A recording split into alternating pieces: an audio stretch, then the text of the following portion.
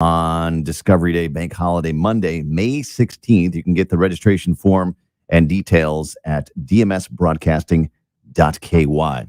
Time is 7:22. Big news. I have some important news for you. Interesting news. It's Blake and Darren's Spilling the Tea with Sandy. Cayman's top news headlines of the day from CMR. Good morning, Sandy. Good morning, Blake and Aaron. Morning. How are you today? Oh, it's a beautiful day in the Cayman Islands. Why not? It really is. It really is. Yeah. Yeah. That's nice. What do you got for us? We still live in paradise. Mhm. Absolutely. So what's up today? Well, a little bit of controversy down at the beach in Well. one. Okay. So Well, we got a couple who've been living on the beach since Easter, saying that they're homeless. We're going to break that down in this morning's show. I saw those pictures yesterday. What's going on there? Crazy, right? You got to tune in to find out all the details there, Blake. Give us a little something. We can't tune in. Well, basically, they're saying that they're homeless. okay. Are they? That's sad if they are. We'll find out. Or are they? Morning. Or have they not just cleaned up their that's campsite from Easter? Nice beach. I know. That is It's just a nice like every beach. weekend, they just have their own little setup Yeah. for them to go. We'll give our audience all the details this morning. And on Oh, top of that, the Westin caused a little bit of controversy with their sign that said beach closed. But, big shout out to Jim Maurer over there. He's on it. He's being proactive. He said it's just a sign that they've used for a really long time.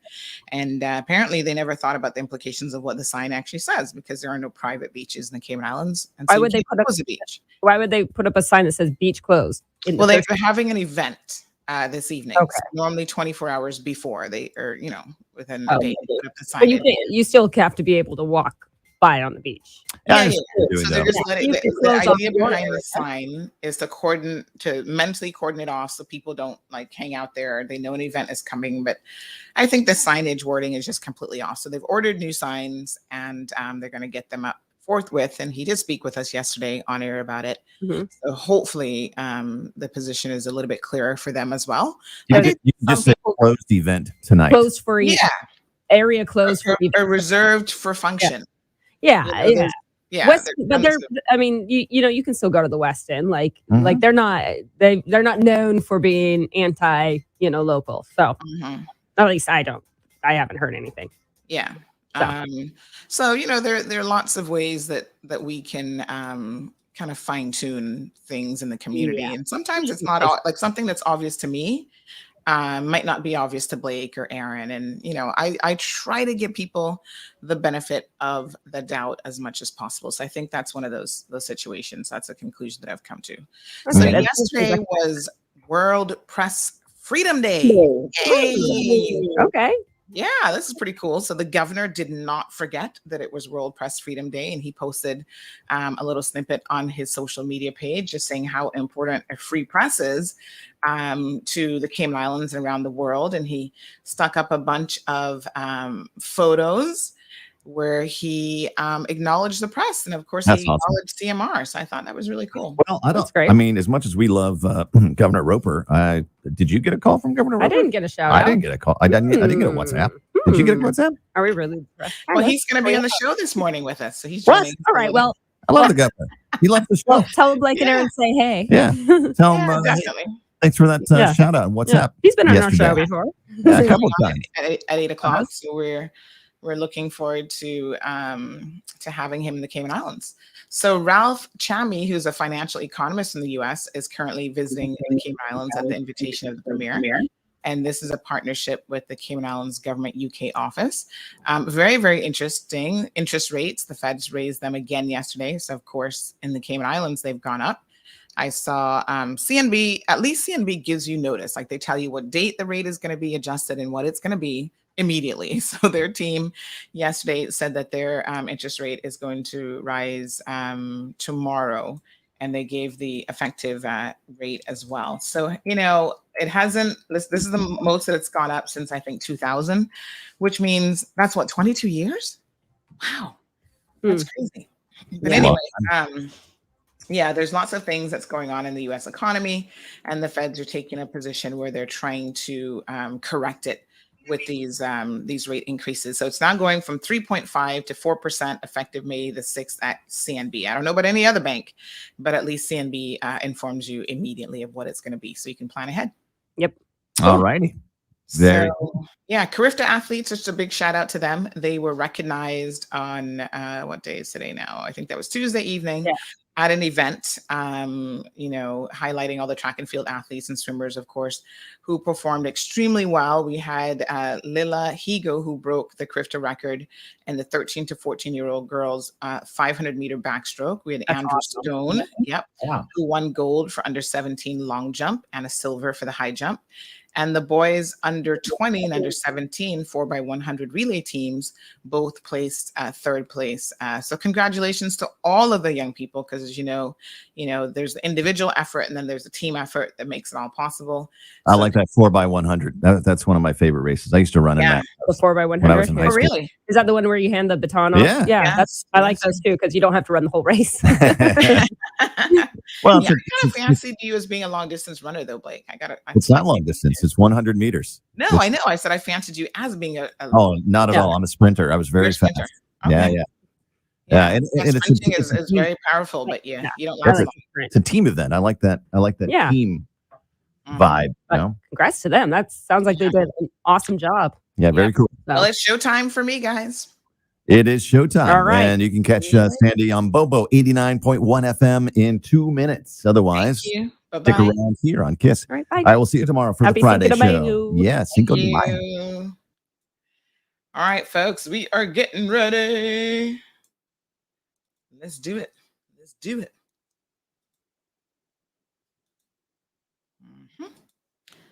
Waiting in our radio audience. Starting exactly at 7:30. Good morning, everybody. Ooh, it's going to be a hot show today, Jill. Get your tea ready. I got my tea ready.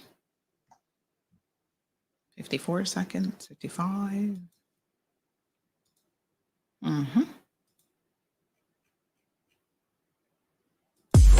Peppermint, sorrel, ginger, beaver grass, or English. Get it ready. Your morning tea just got hotter. Ooh, honey child. On the cold, hard truth. Bobo 89.1 and Cayman's #1 talk show are bringing you morning talk like no one else. Monday Rewind, Impact Wednesdays, Caribbean Connections, and much more. Don't miss a beat with what's happening in the local community. Just keep sipping your tea. What a mess. Here's your host, live and direct from the Cayman Islands, Sandy Hill.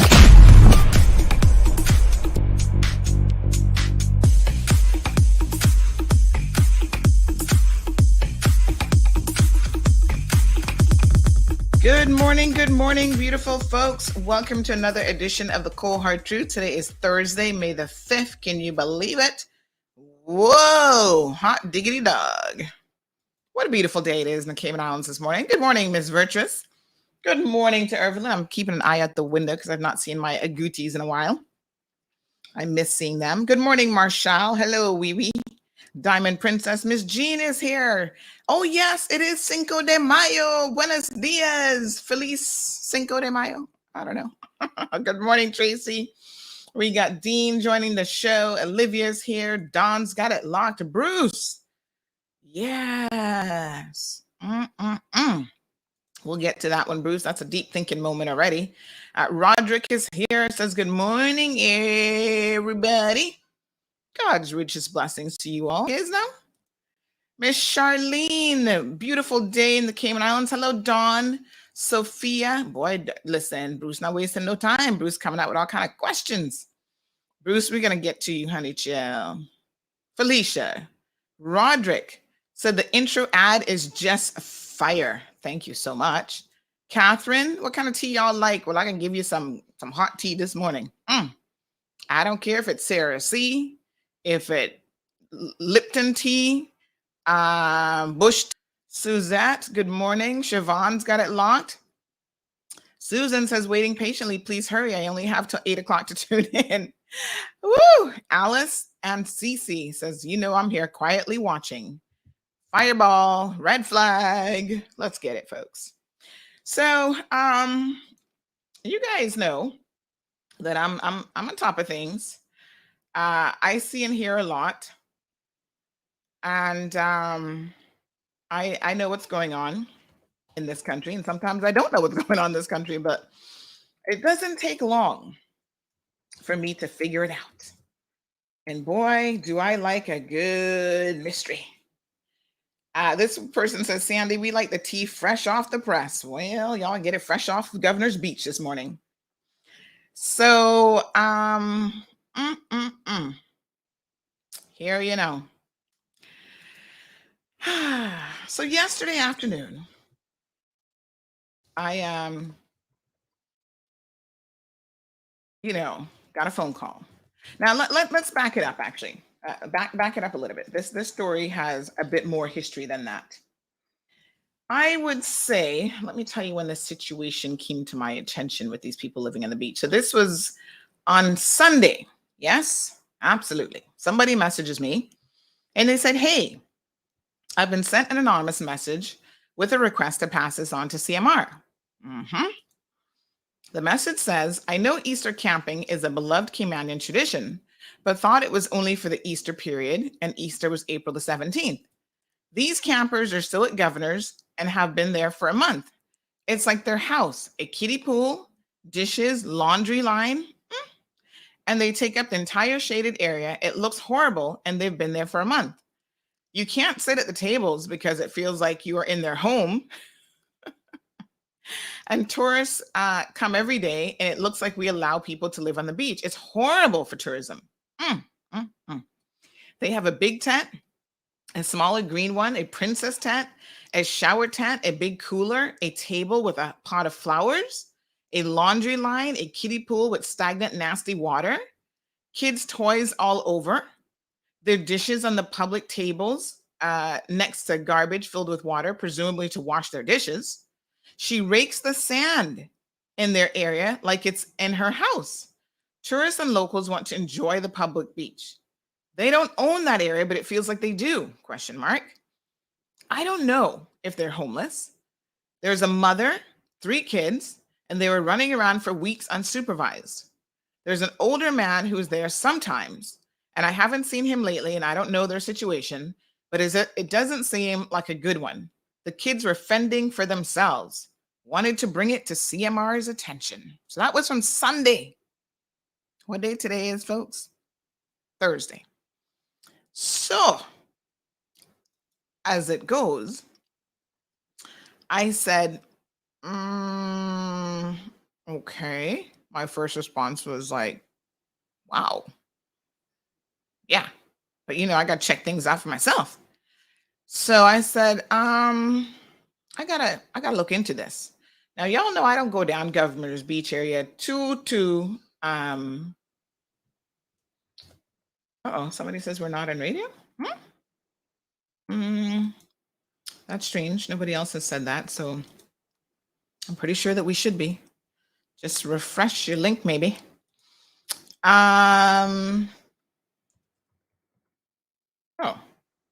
Okay. Let me just see what's going on. Thank you for the heads up. All right, let me just check this out because I know our radio listeners definitely don't want to miss this. Yeah, somebody says I'm not on. What the heck? All right, folks, hold on one second. Let me pull back here because I know y'all want the tea, but we got to find out why our radio listeners are not hearing us. So give me one quick second, and I'm going to check this out.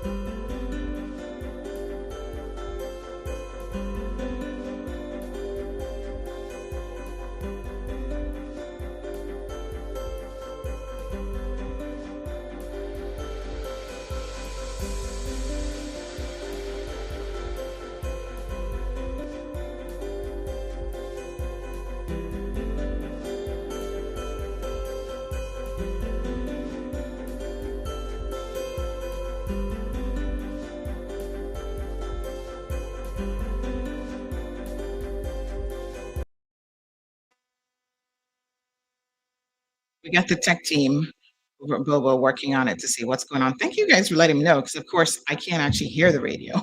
I click a link and I assume that we're live. So let's just give them a few minutes because otherwise, child, I'm gonna have to repeat everything because the radio listeners don't want to miss nothing. Good morning, Omiria. Just drop it like it's hot on me this morning. I'm comfortable sipping my tea. Good. Richard says, serve it hot, Sandy. Child. Y'all love you some hot tea. Whew. Celine says, good morning, Sandy. I'm looking forward to another great show this morning. Thank you. So we're gonna just give everybody a second here to see what's going on. Not sure what happened, but hey, listening while doing family tree research until work starts. Wow, you're doing your family tree?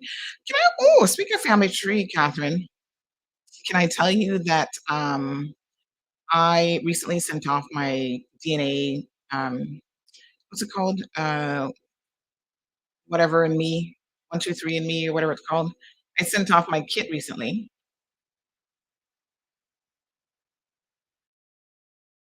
And it says audio has a hum now. Haven't touched a thing. Not sure what that's about. Yeah, I sent off my kit. So, poor Janet has to leave at 7:45. Oh my goodness. Diania, we're working on it. Trying to figure out what's going on. I'll probably have to disconnect that feed. Good morning, Josephine. Cece says, I need to keep me updated. How to shoot it west. Can you register Bobo on Radio Garden? That way it's Radio International. I do know that they are supposed to be having it like available online. I think even with what's the other online service called again? Oh gosh, I've forgotten the name of it now. But yes, there's a couple online services and they're going to get it. They're going to get sorted out. So you can stream it from the website so that you can stream it from, I forget what that one's called. It's one that I always used to listen to. You can get thousands of radio stations around the world. So that one's pretty cool.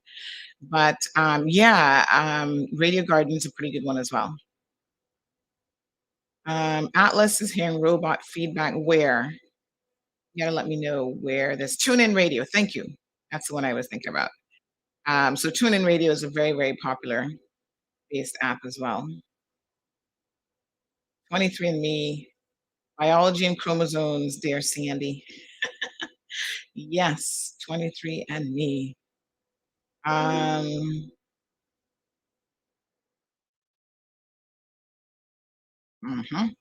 Somebody just sent me a message about some mangoes available.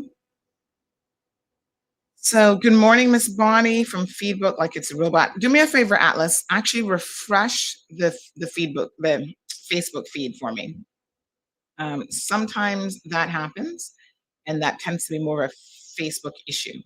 Give me 1 second. I'm going to double check something here. I'm going to mute myself. Morna says you're wearing my lipstick. Yes.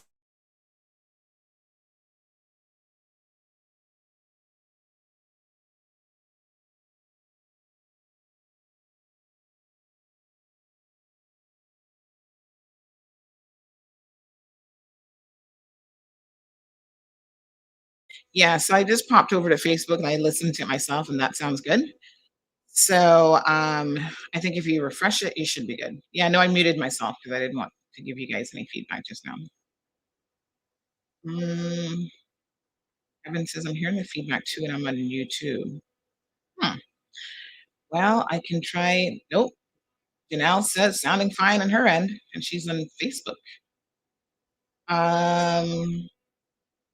Yeah, I don't know. Sounds like some people are okay and some people are not. All right, we'll refresh it. But I think a lot of times refreshing it on your end will probably do the trick. Sarah says you sound perfect on Facebook. So yeah, a little bit of quirkiness on the streams this morning, but I'll go ahead and refresh. Give me 1 quick second.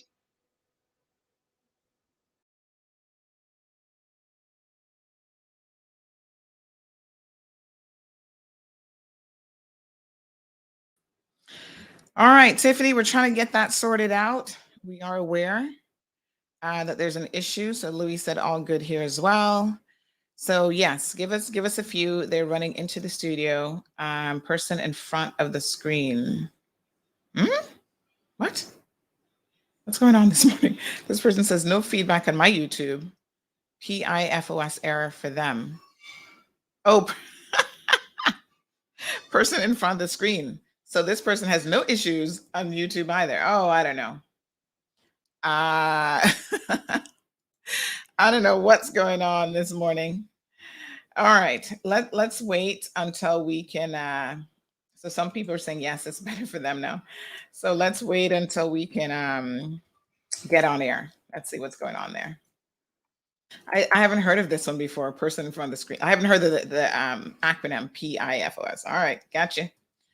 All right. Well, let's wait till we can.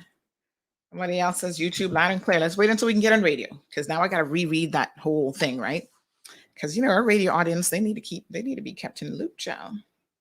So stand by. We'll have to let the governor know we're running a little bit late this morning. Hopefully he's not a tad late. Let me just message his people.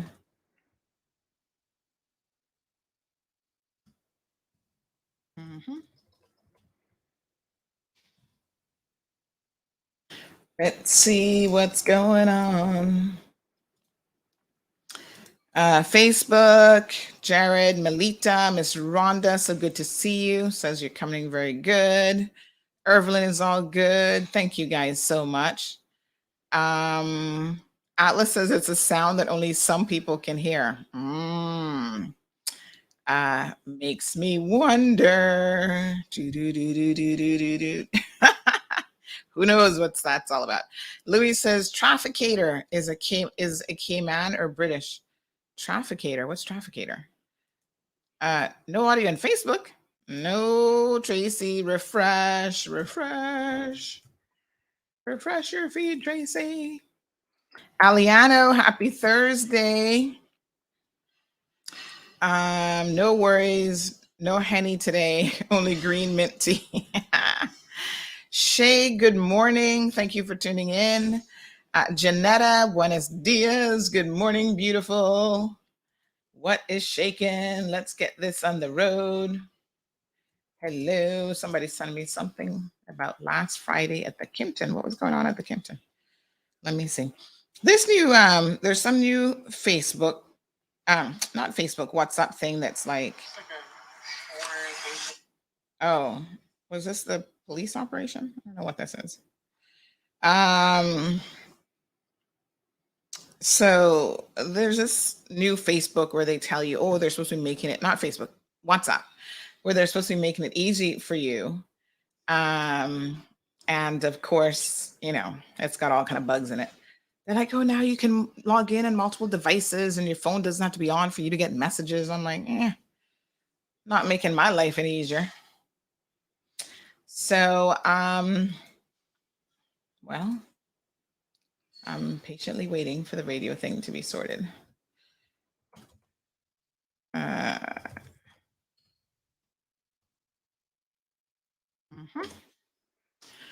right. So this person says YouTube is loud and clear. The Cayman word for indicator in your car. Oh, did I miss? What did Louis say? Trafficator. That's what y'all call it, really? Turn signal indicator, trafficator. I've never heard anybody use that term before. Good morning to the beautiful Andine. Miss Dorothy is here. Thank you. Watching from Florida. Oh, big shout out to Anne Marie. I saw Anne Marie. Hold on, back up. Yes, Anne Marie says, hey, Sandy, finally watching you from here in Foxborough, MA. That's Massachusetts. Since I'm on medical leave for a while. Oh, poor Anne Marie. Child. Anne Marie, I read your stuff with that shoulder of yours, and all I can do is pray for you, honey, Jill, because that shoulder is a hot mess. Hopefully, it'll get sorted out now. Sarah says that traffic is flowing nicely this morning in Lower Valley. Since they closed Valley Gardens entrance, it's the little things. Where is Valley Gardens? I don't even know where that is. Good morning, Damien. Hi, Paul. How you doing? Any CMR mugs? I've got a few, so let me know. Am I live on radio now? Can you guys let me know if I'm on radio? Because I don't even know. I feel like I need a radio in here where I can kind of make sure I'm sounding right. But yeah, I don't have a radio in this location. Can you guys hear me okay in radio yet? Can we get started?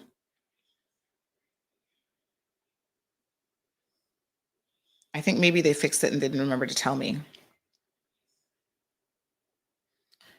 And now we got to back up and go back to the whole conversation. Good morning, Miss Sue. Charlene says, is it a coincidence or what when you're having Governor's Beach and the governor himself on said platform this morning? It is a little bit, yes, it's a little bit of a coincidence. Priscilla, good morning. Massachusetts, I'm here with this darn show. I know, my goodness. Good morning, Melissa. How are you? Oh my gosh, almost 400 people in the live stream. Y'all ready for the tea? Child, let me take a little bite of my plantain. So y'all know my husband is he got a little bit of farming in him. And so y'all know how much I love plantains. And as somebody just said, it's the little things. So he makes sure that I'm happy with the little things. And look at this. I got my own plantains. Oh my God. These are almost as good as the sausage rolls from Waffle Monkeys. Y'all need to try them out. Woo! They are delicious, and these are really good. So, y'all know I prefer a white plantain, but every once in a while you can do a green plantain too. Oh yes. Does that app have Bobo already? Okay, let me know. Very interesting. But yes, plantain is life. Ruby's watching us from Georgia. Thank you so much. Over 400. Wow. Diggity dog. Woo! We might have to do the governor first because, he's probably going to be punctual.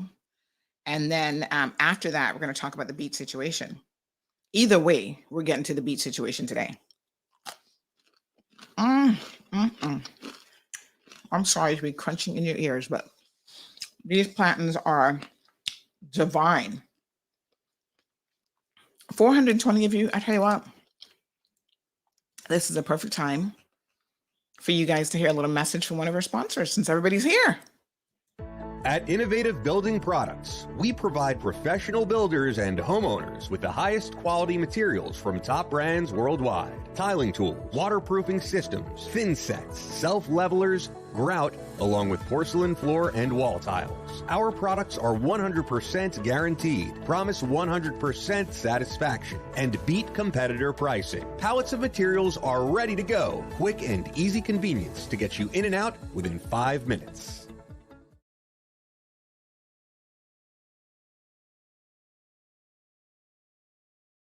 Issues. So I tell you what, based on that, I think it's going to be a situation where you guys will listen to the governor first, and then we'll get to the Governor's Beach camping, homeless people situation. But when I tell you that you definitely want to listen to this, ciao. Make sure the tea ready. Good morning, Dr. Tahir. Thank you so much, my darling. Rita, they're trying to get it sorted out. I don't know what's going on. It's like it was on the autoplay thing and it just never came off. Morna says, grow what you eat, nothing but the best. Yes. Miss Edith is joining us from Rotan, Honduras. Good morning, my dear. Danelle is here from California. Shout out to the people in Cali. I've been to California. I took a trip many, many, many years ago. When would that have been? Mid-90s, like 94, 95 maybe, because I moved back in 96. It was before I came. And I did the whole US 1 route. So California is an amazing state. Like I wish I must go back and I must spend more time in different areas of California. It is so different.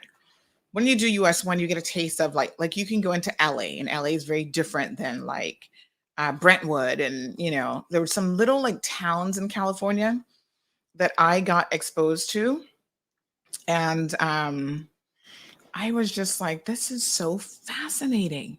Like little towns that I'd never even heard about before. I'm trying to think of one of them now. But, really, really fascinating. hmm And they're so quaint and like quiet and nice and not always what you think of when you think of California, right? Where did we go? I'm trying to remember now. Anyway, I loved it. I must go back. So I wonder, Donnell, what part of California you're from? Yes, Dawn. So I posted some eggs.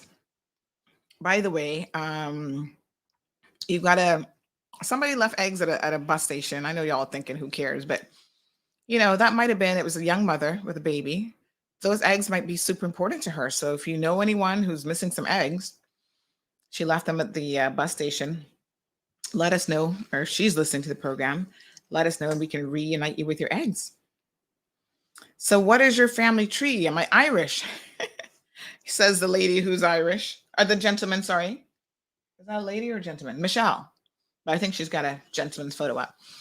I doubt there's any Irish in there, but I've not gotten my results yet. So I'm still waiting. As a matter of fact, the phone app, I gotta keep checking it. It updates all sorts of stuff. So, I have notifications. Oh my God, would that not be funny if all of a sudden it's like, your results are in and you're Irish? I would fall down, child. Your DNA relatives. Oh my God, do we have any results then? Let me see. Sandra Hill. Haven't I created my profile yet? Oh, I'm gonna do this thing where I can your relationship labels. Gender. Oh my God, this is crazy. They have masculine. So it says your relationship labels, masculine examples, father, son, brother, feminine, mother, daughter, whatever, and then gender neutral examples, parents, child, siblings, whatever. So I guess feminine? I don't know, I'm confused. So show my ancestry results and matching DNA segments. Sure, I'll participate in that. I don't mind. But where are my results? Do I have any results yet? I don't think I do. While you wait for your reports. Okay, so I'm still waiting. I'm anxiously waiting because I would love to know. Yeah, don't y'all want to know where y'all are from? I want to know who my mama is. I know who my mama is, and I know who my daddy is, but I'd like to know beyond that, right? So I would love to know, like, I don't know. I'm just curious. KK says, I want to go to Cali. I have family over there.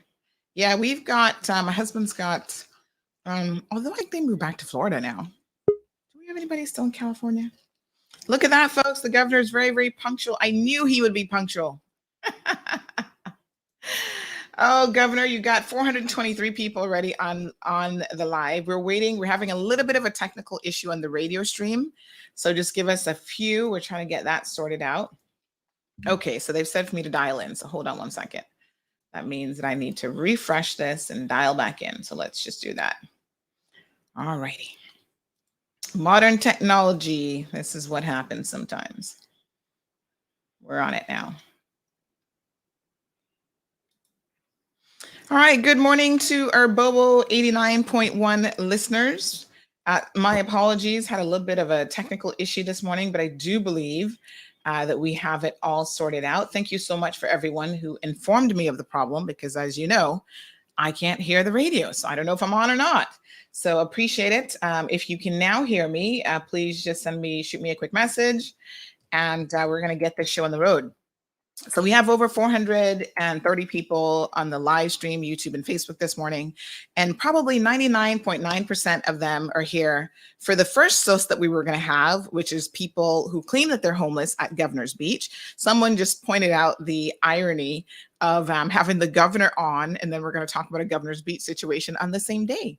But the Cayman Islands is so small that that's just how it is. A lot of ironic things happen that sometimes are not connected in any way, shape, or form. So can I just get a thumbs up for my radio listeners that you guys can actually hear me on radio?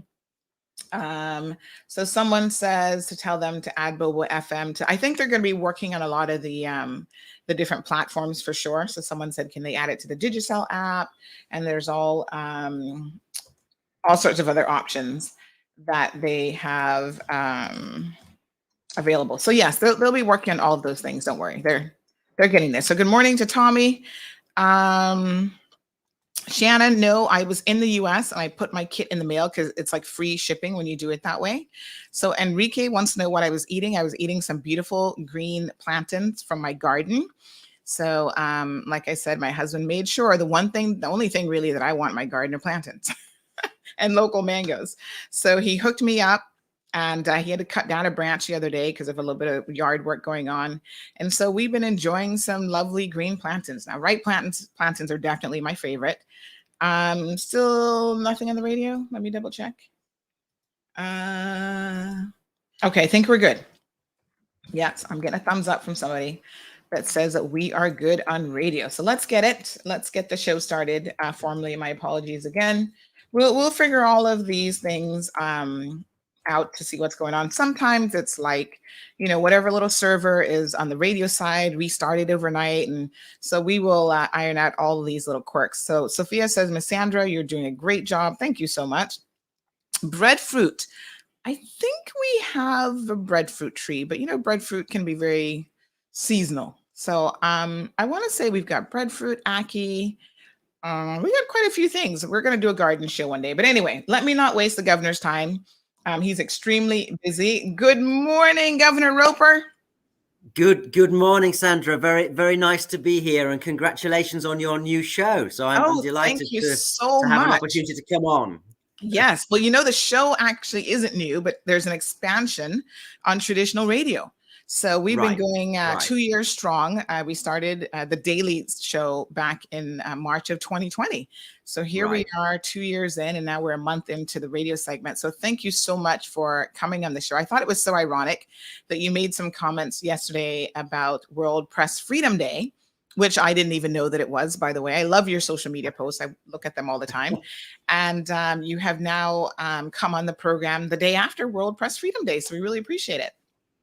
Well, thank you. No, I felt it was really important to say something about that. The press do an amazing job in Cayman and across the world, and it's important that we recognize that. We sometimes, I think, sort of take it for granted, these freedoms that we have. When you look at what's happening in Ukraine, it really makes you step back and consider and the environment in Russia, and so we should really value the freedoms and our ability to say what we think and give views and have different views to other people, all part of the lively democratic debate. That's something to be valued, and you all play particularly you as well in our islands play a big part of that. So thank you to you for what you do to bring information to people and inform people. Well, thank you so much. And of course, I saw that you shared some photos, and this one brought back some memories with Gene and myself. Let me just show folks this one real quickly. That's Gene from World Premiere. He's great at videography, and of course, the governor there. And we did a little interview with him. I think this must have been last year sometime. So yeah, looking good. Thank you. I appreciate the little photo reminder. And I just heard what you were saying about this sort of homeless family on Governor's Beach. Let me just address that immediately, because I was really shocked when I heard about that. I only heard about it last night, just looking at social media. In fact, I think it was probably from you and your social media that I saw it. So I immediately got in touch with the deputy governor, and I understand that the team in the ministry is already dealing with this, and he's already reaching out to that family. But I obviously can't get involved in the sort of details of it. But let me just reassure everybody that that is clearly an unacceptable situation, and we cannot have that, particularly where there's children involved as well. So yes. I have made it very clear that I expect this to be resolved. Well, we're going to get to the bottom of it. Yeah, we're going to get to the bottom of it after your segment, because there's much more to the story than meets the eye. Right. as is Right. often the case. Okay. But we won't drag you into all the sauce. All right. All right. I'll leave it at that for you. But it's But a we very, don't very want children interesting- having to camp out on the No, beach. for sure. Definitely. But adults also have to be quite responsible, I think. But anyway, we have so much on our agenda that we wanted to speak to you about. So we'll ease you into it. Let's have a little bit of a chat about the Queen's Jubilee. Obviously, this year, the Queen has had an amazing, like I look at her and I think, wow, she's been blessed with longevity, and she's had an amazing reign. Of course, here in the Cayman Islands, we're still in overseas territory, and the Queen's Jubilee is an ongoing celebration that we'll be engaging in and having a lot of different activities. So, for example, I know the air show is coming back this year as a result of the Queen's Jubilee. So that's exciting. I haven't seen one of those, I feel like, in forever. So what are some of the exciting things that you will be participating and perhaps spearheading as part of the Queen's Jubilee celebrations? Okay, well, thank you. And yeah, we're a month away now from that weekend. So I think the first thing everyone really welcomes is we have an extra day off. So it's the long public holiday weekend.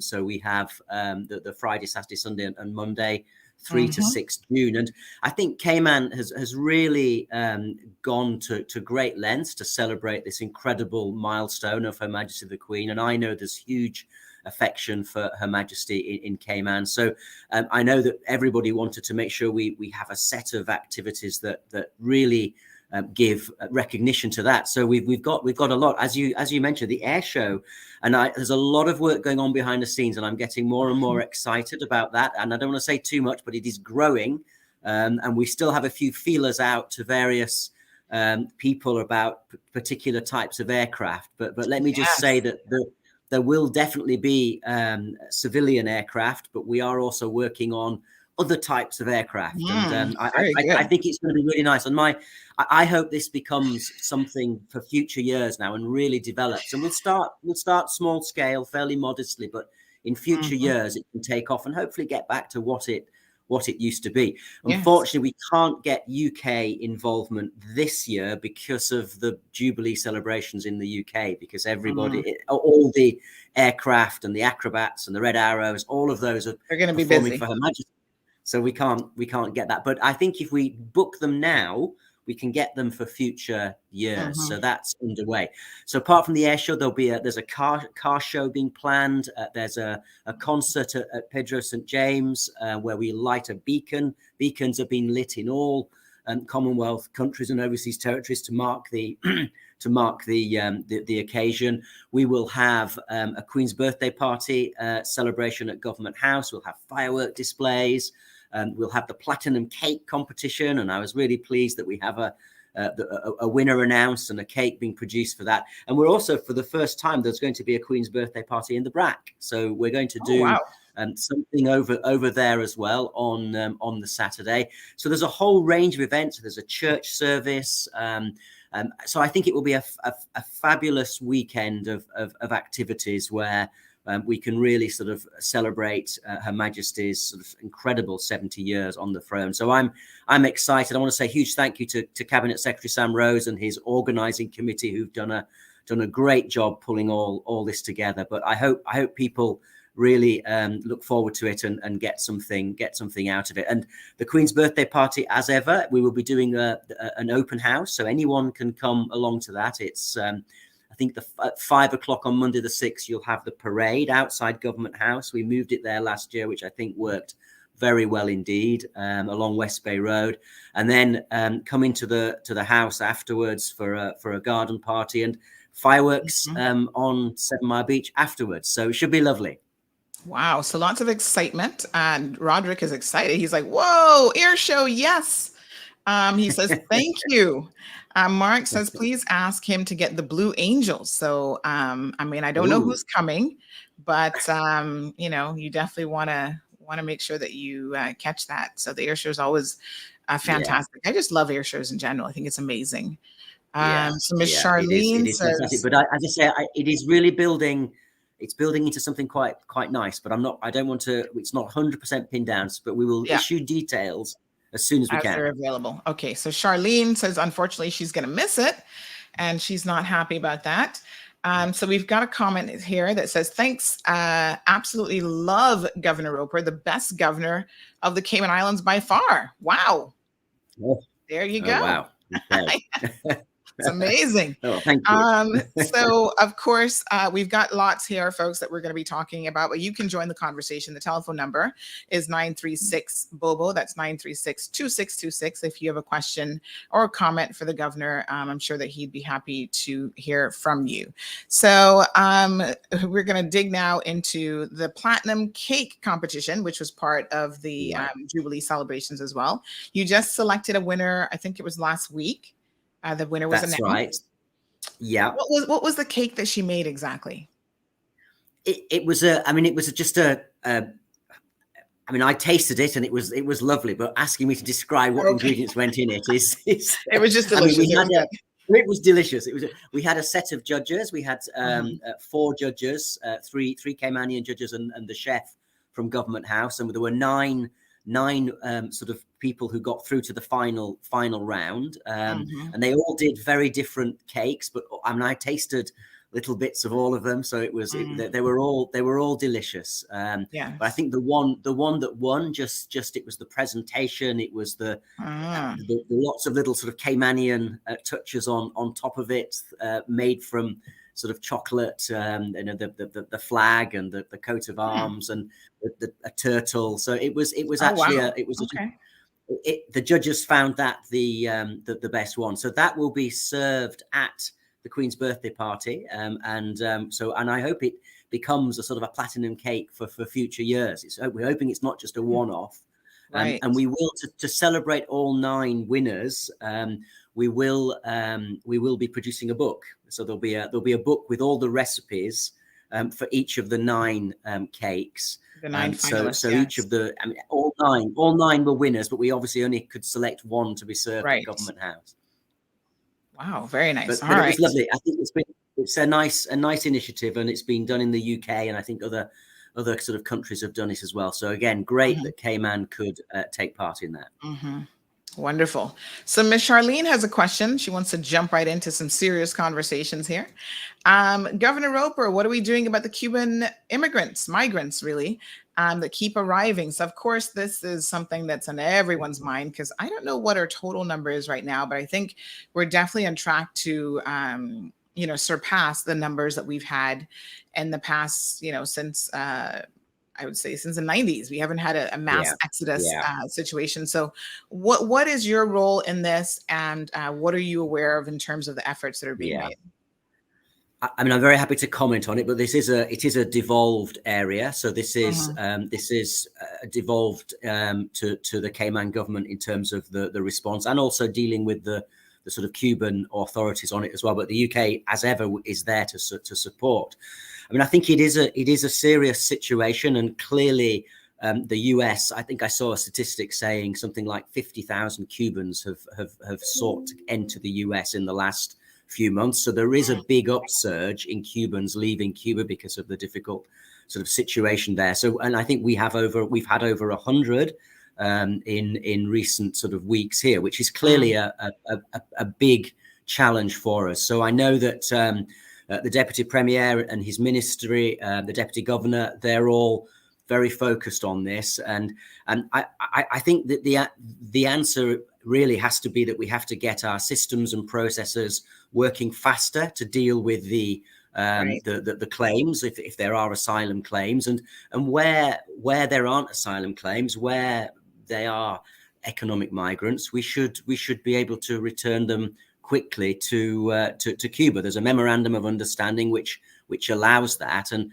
I think my big concern is that we're entering hurricane season, and we don't have the capacities, the facilities to house large numbers. So if we were to get a bigger influx, that presents a real problem for us. So I think we need to get the tribunal working efficiently and quickly, dealing with these cases, and we need to be returning economic migrants back to Cuba, which will also act as a deterrent for more coming. But we obviously have to balance all that against our international obligations in terms of human rights, and how you have to treat people who are fleeing genuinely fleeing persecution. But it is a big worry, and I think we're all watching it very carefully. But ultimately, this is for the Cayman government to lead, but the UK will help if we need sort of training for the tribunal. We can bring people in to sort of support on that.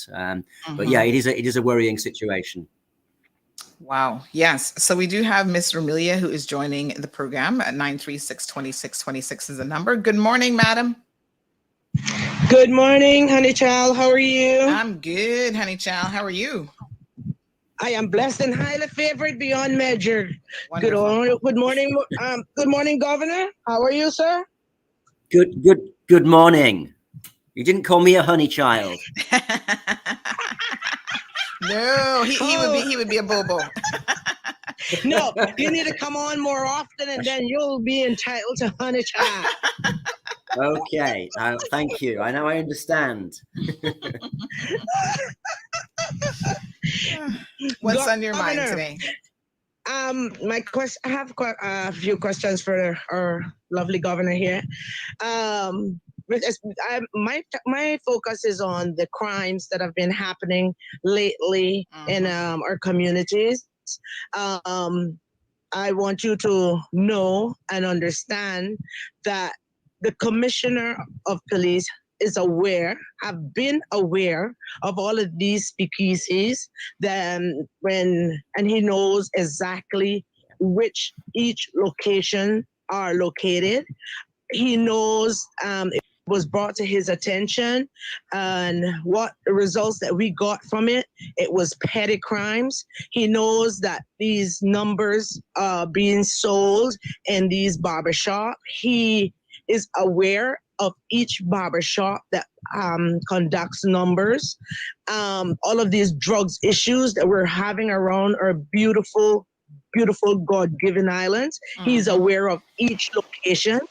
Every officer on the force, sir, is aware of each location of the drug selling, of the number selling, of the speakeasies in our communities. I really feels a way when I'm hearing you and our premier are congratulating our commissioner for the great job that he has been doing.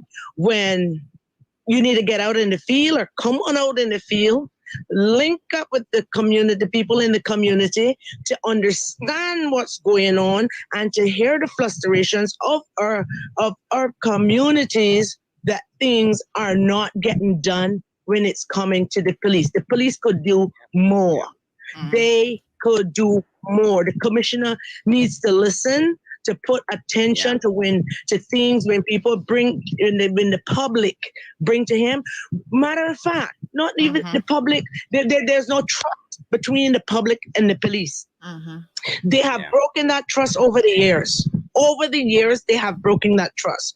So when you get on and asking people to help the police, to give information to the police, sir, you're just wasting your time and your breath, because there's no trust between the police and our communities. You can call the police and say, this is happening, or someone did this. The police turns around and tell the complainant, oh, this one called and said this one called and report you, which is dead wrong and endangering that person's life. So they ain't gonna get no information with that kind of behavior. Okay. Nobody wants to give that kind of thing out. Will you leave us there and allow the governor an opportunity to respond to those initial concerns? Of course, ma'am. All right, darling. All right. No, thank you. Thank you very much for that. Call me. There's a lot more. Okay. Yes, thank you. I do understand the concerns of the community, and I know that the last couple of weeks have been really, really hard, and the two murders were appalling, and I accept there is a real problem about trust between the police and the public, and I absolutely accept that, and we have to try and change that. Where I said, and where the Premier has said that the police commissioner and RSIPs have done a good job, is that certainly in my time here, 3.5 years, the majority of those that have been involved in these very serious crimes have been identified and apprehended. Often a challenge to make sure you have the evidence that the DPP can accept, but they've done well to do that. But on illegal gambling, this is something that I have been very concerned about. And I think actually it's unfair to blame the police commissioner, because what's actually wrong is our legal framework. It's our legislation. The fines for illegal gambling are ridiculous. I just learned that this week myself. They're pointless. I mean, and of course, if So I think there is a discussion that needs to be had, and it is underway. And the police commissioner sort of hinted at that at his press conference, that we need to look at toughening the fines for involvement in illegal gambling. We need to look at whether we can go after the proceeds of these crimes. So there is a discussion underway around that. Ultimately, it requires the elected arm to do that, because it has to come as new laws and it has to go down to Parliament. And I know it's a controversial issue, but from my side, I'm pushing that quite hard, because I think the tragic murder we saw last week linked to the numbers game. So I mean, what more evidence do we need that something needs to be done about this?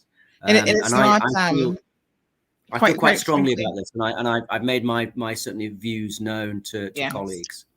And it's not the first time that someone has been murdered related to gambling. A number of years ago, a gentleman in West Bay who was a seller of numbers, they attempted to rob him, and in the commission of that robbery, he was murdered as well. So, you know, it's high time that something is done. But I was surprised when we were having this conversation recently to learn that we're talking about fines of $10 and $40 for gambling offenses, which is, as you said, completely pointless. But we do have a caller on the line. Good morning, caller, and welcome to the Cold Hard Truth. Good morning, Miss Sandy. How are you today? Oh, I'm wonderful. How are you? I'm fine. Good morning, Governor. How are you, sir? Good morning. I'm very well indeed. Thank you. Yes, I'm Mr. Shillette here. You remember him? Yes, I do. I know. I'm trying to picture you. I remember your name. I'm trying to picture you. I'm the guy with the stick in the book that I gave you. That's right. That's right. Yeah. Good morning, sir. Good morning. I was a police officer, and Miss Sandra, you can testify to that. When we were in the police force, people used to call us and give us information. We had a lot of foot patrol. I don't see that anymore. And they had like Mr. Cardiff Solomon, Mr.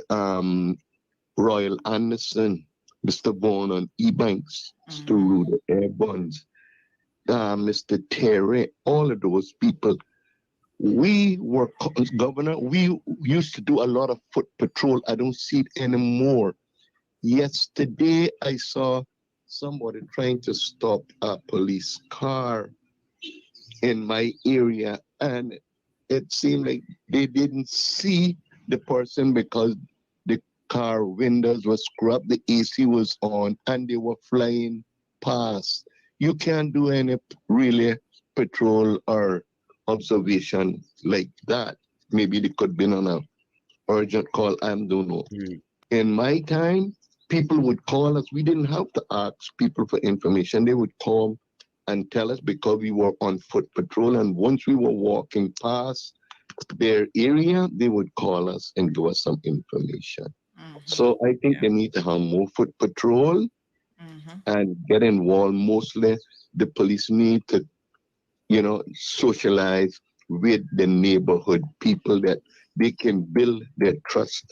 Again, I know what the caller said is true before, but it's different time because we have so many different types of police officers. And quick thing before I go, the gambling, sir.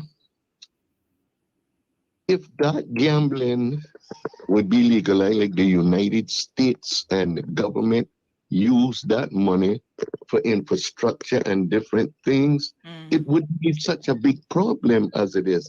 In fact, I went to A.L. Thompson this week, Your Honor, and I saw the Rotary selling tickets for a car. And what is the definition of gambling? They're trying to define it. Well, the Rotary and the Lions say, well, we can sell different sell tickets for charity and what have you. It's the same thing. We call a spade a spade.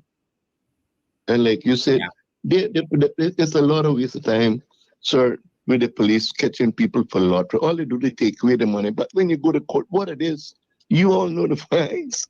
It wastes the time to do open case files and do all of this sort of stuff when the police could deal with other serious matters. I remember some time back, Mr. Gilbert McLean tried to get it. I don't know why, because Your Honor, it ain't gonna stop. It ain't gonna stop. It's illegal, and they're doing it. Whether the government could get some money out of it to do infrastructure, schools, and stuff like that. But I will leave you there, sir. Have a good day, and I'm glad to know Mr. that George, you're better. before you leave quickly, just one quick question for you. Do you believe that if we were to legalize gambling, obviously it's not going to be the same form that the illegal participants are involved in, but do you think that that will eliminate the illegal component entirely? Because I'm not necessarily convinced. I mean, I think a bit more research has to be done, but it may not eliminate that. So, I mean, what are your thoughts if that's the case? Well, what I'm saying, everybody would be free. Everybody would be free. And what I'm saying, the government can regulate it. Honduras got it. Jamaica got it.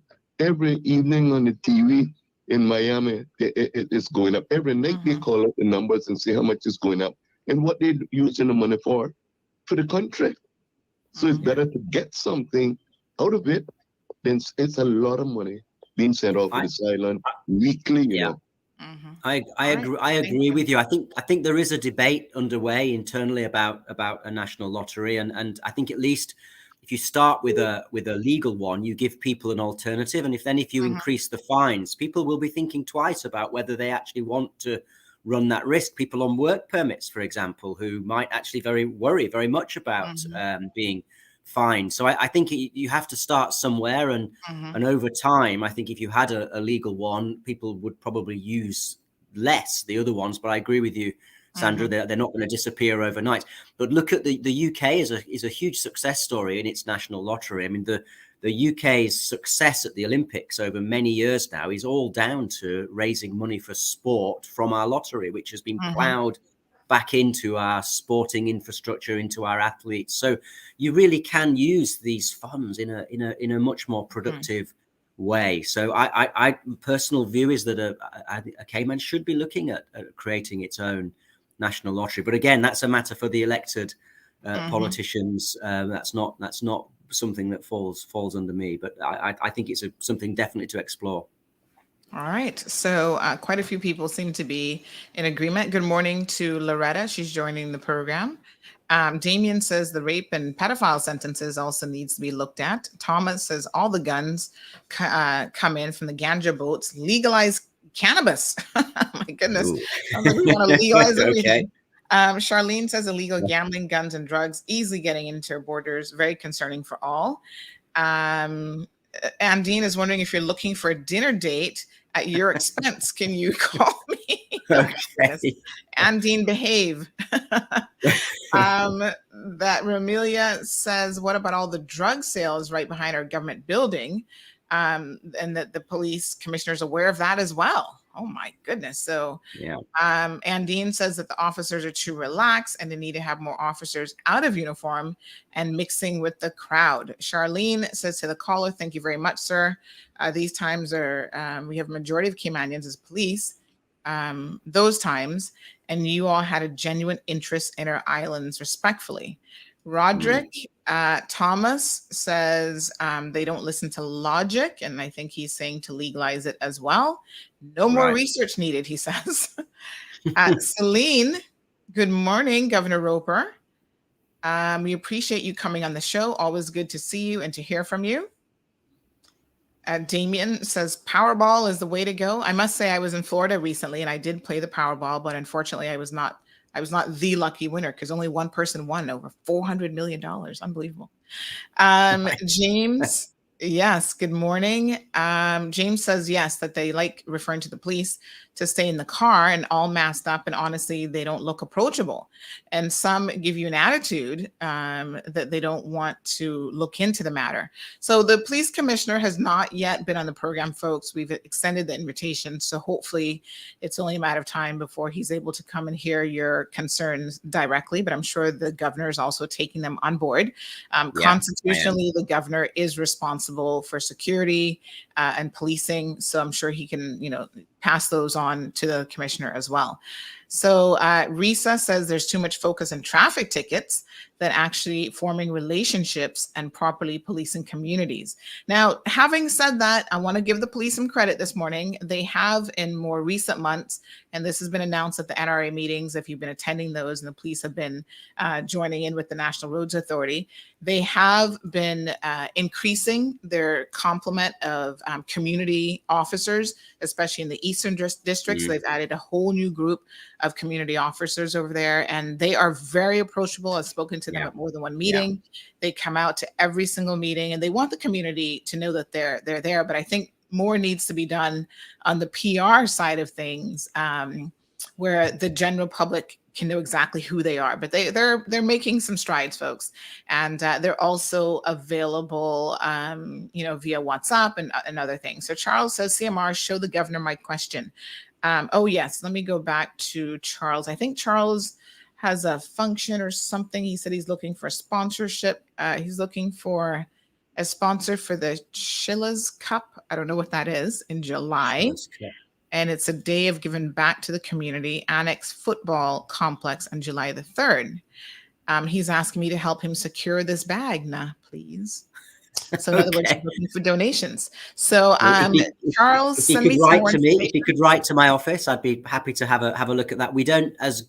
I don't tend to sponsor events because we'd go out to the private sector for sort of raising funds. It wouldn't be right really for the governor's office to be funding various things, but we can certainly raise awareness and try and support other people funding it. So if he wants to send some details to my office, we'll happily have a look at that. Yes.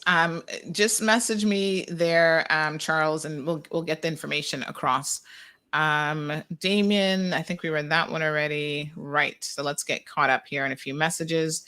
Okay. So this one, Squid Inc. Janitorial says, morning. If people on work permits and selling numbers, their work permit should be denied when it comes out next time. Well, not even denied next time. It's a criminal offense. So you should be arrested and you should be prosecuted. And, but what we need is some sentencing that makes sense, that has some teeth, and that appears to be what's missing. So hopefully the elected arm of government will actually be seriously looking at making some improvements there. Can I just make a couple of comments? So because it's absolutely fascinating to me to see all these comments, and I do assure everyone I will pass all of this back to the police commissioner. I do think the community support officers deserve a bit more credit. I think they are, as you quite rightly say, Sandra, they are out and about. They are making a difference. I get positive comments about them as I go around. So I think there is an effort there. The other thing I just want to say is that I do think we have a real issue around traffic and road safety. I think the DUI issue is something that should be addressed. I think that we need to look at the laws around that and toughen that up. But the standard of driving on our roads is frankly quite appalling. And I've witnessed it myself. I cycle quite a lot, and I've had people just almost come so close to me on the bike. It's as if you're not there. So I think we need to do more around road safety. And this year, tragically, we're way ahead on the number of deaths on our roads this year than previous years, which is a shocking statistic. So I think there is something that needs addressing, and the police can only do so much. It's not theirs to completely sort of solve this problem. But I just want to make that point. Yes. And just a quick note for Thomas and Everton, stay tuned, because after the governor has left the program this morning, we're going to speak specifically about the alleged homeless person on the beach. There's so much more to that story, and we do have some additional details. So Charles says, thank you so much. He's going to go have a bath now. All right, Charles. We do have a caller who is on the phone. Good morning, caller, and welcome to the program. Morning, everyone. Good morning, Denny. I'd like to ask the governor to explain to us the difference between devolved and delegation, please. Devolved and delegation. So, yeah. So devolved. So when we talk about the Constitution, there is much of domestic policy is devolved to Cayman. So health, environment, all those areas are devolved. But in areas of governor's responsibility, I also have the power to delegate within those areas. So, for example, I delegate the running of the civil service to the deputy governor. He is the head of the civil service, but that power comes through me as governor under Section 55 with responsibility for the public service. So there is a sort of a difference between the two, and because the UK wants the overseas territories to pretty much run their own affairs, that's how it should be. They know their people best. They're best placed to take decisions for their communities. So to the extent possible, governors' powers are delegated where that can be done to individuals who have the direct responsibility for those areas. So I hope that sort of answers your question. My understanding of the difference between delegation and devolvement is that when something is delegated, the responsibility of it remains with the person who has delegated that responsibility, and they can take back that responsibility. Devolved. Yes, you can. That's correct. You can certainly, yes, it can be taken back. Absolutely. So can devolved powers. Devolved powers could be taken back through constitutional change. And obviously you're aware of the situation in the British Virgin Islands at the moment, where there is a lively debate going on about what happens next there. So that question of the devolved powers is very much to the fore at the moment, and who has ultimate responsibility for those. So what you're saying is that there's a distinction without a difference then, because if you have delegated powers, they can be taken back, and you have devolved powers, they can be taken back. So they're the same thing. Yes, but it's about how you actually get the business done. I mean, the constitutional change is obviously a much bigger and lengthier process to make constitutional changes, whereas the delegation is something that can be done on a daily basis. You can delegate something to somebody, or you can take back the delegation. So in civil service terms, a lot of powers are delegated to the deputy governor. Deputy governor delegates a lot of powers to the chief officers, and that's how the system functions. I'm not entirely sure this debate is going to be of massive interest to our listeners. I understand it's an interesting legal discussion, but perhaps we could move on. All right, Denny, anything else, or that's it? That's it for now. All right, thank you, my dear. All right, folks, 936-2626 is indeed the phone number to call in. You can call via WhatsApp, direct calling. Romelia will get you some contact numbers for the governor's office. That's not a problem. She says, why aren't more Caymanians employed in her police force, and why are the few that are there not moving up the ranks? We do have a caller joining us from Canada this morning. Good morning, caller, and welcome to the program. Good morning, Sandy, and good morning to the governor. Billy Simamba here. Good morning, Mr. Simamba. Good morning, Governor. I hope I can do this in 2 minutes, okay? First of all, I have to say that it is an unfair question to ask the governor, because it is more like an FCO question. But in the Caribbean, as well as in Cayman, you are FCO governor. You can't run away from it. So if you can't deal with it in some way, maybe you could pass it on. Okay. But let me start off by saying this. I mean, the British government is not any more corrupt or any less corrupt than any other government. I mean, there is corruption everywhere, although some degrees might be different. I mean, you've had issues in the UK of arms sales investigations, cash for owners investigations. There have been accusations of the British government spying on Cayman, on the UN Secretary General, and I can't resist to mention that recently your Prime Minister Boris Johnson was breaching his COVID regulations, and of course there's the MP who was watching pornography in the hallowed halls of the House of Commons. Okay, yeah, that was quite shocking. Okay, now so that was shocking. Now, but coming to the real question that I want to ask, under Section 19 of the Constitution, as you know, all decisions of public authorities must be lawful, rational, proportionate, and procedurally fair. Now, I know the Constitution doesn't bind the UK government. It is more like a guideline for the UK government. But I thought that these principles really apply and at least are internalized by the UK. So my real question is this.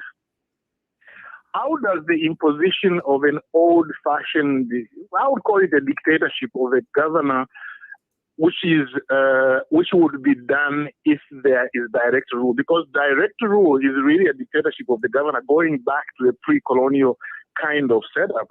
How does that really help a country to continue developing economically and politically? Because in any case, at the moment, the UK is the colonial power. You can still make laws for the BVI and override the local laws. Why does it have to be done through a takeover of the government?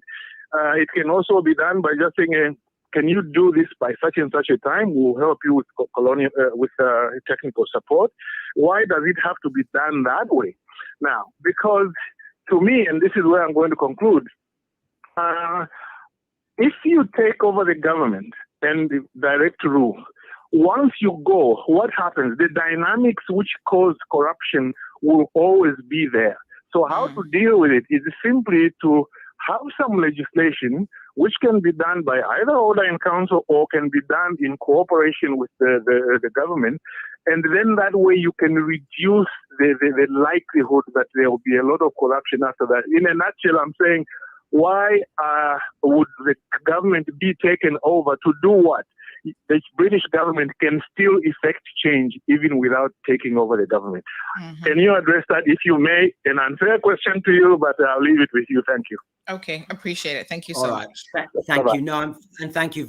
I'm very happy to address that question. I mean, I think the first thing to say is that the Commission of Inquiry recommended a partial suspension of the Constitution, which is not direct rule, but people sort of call it direct rule for shorthand.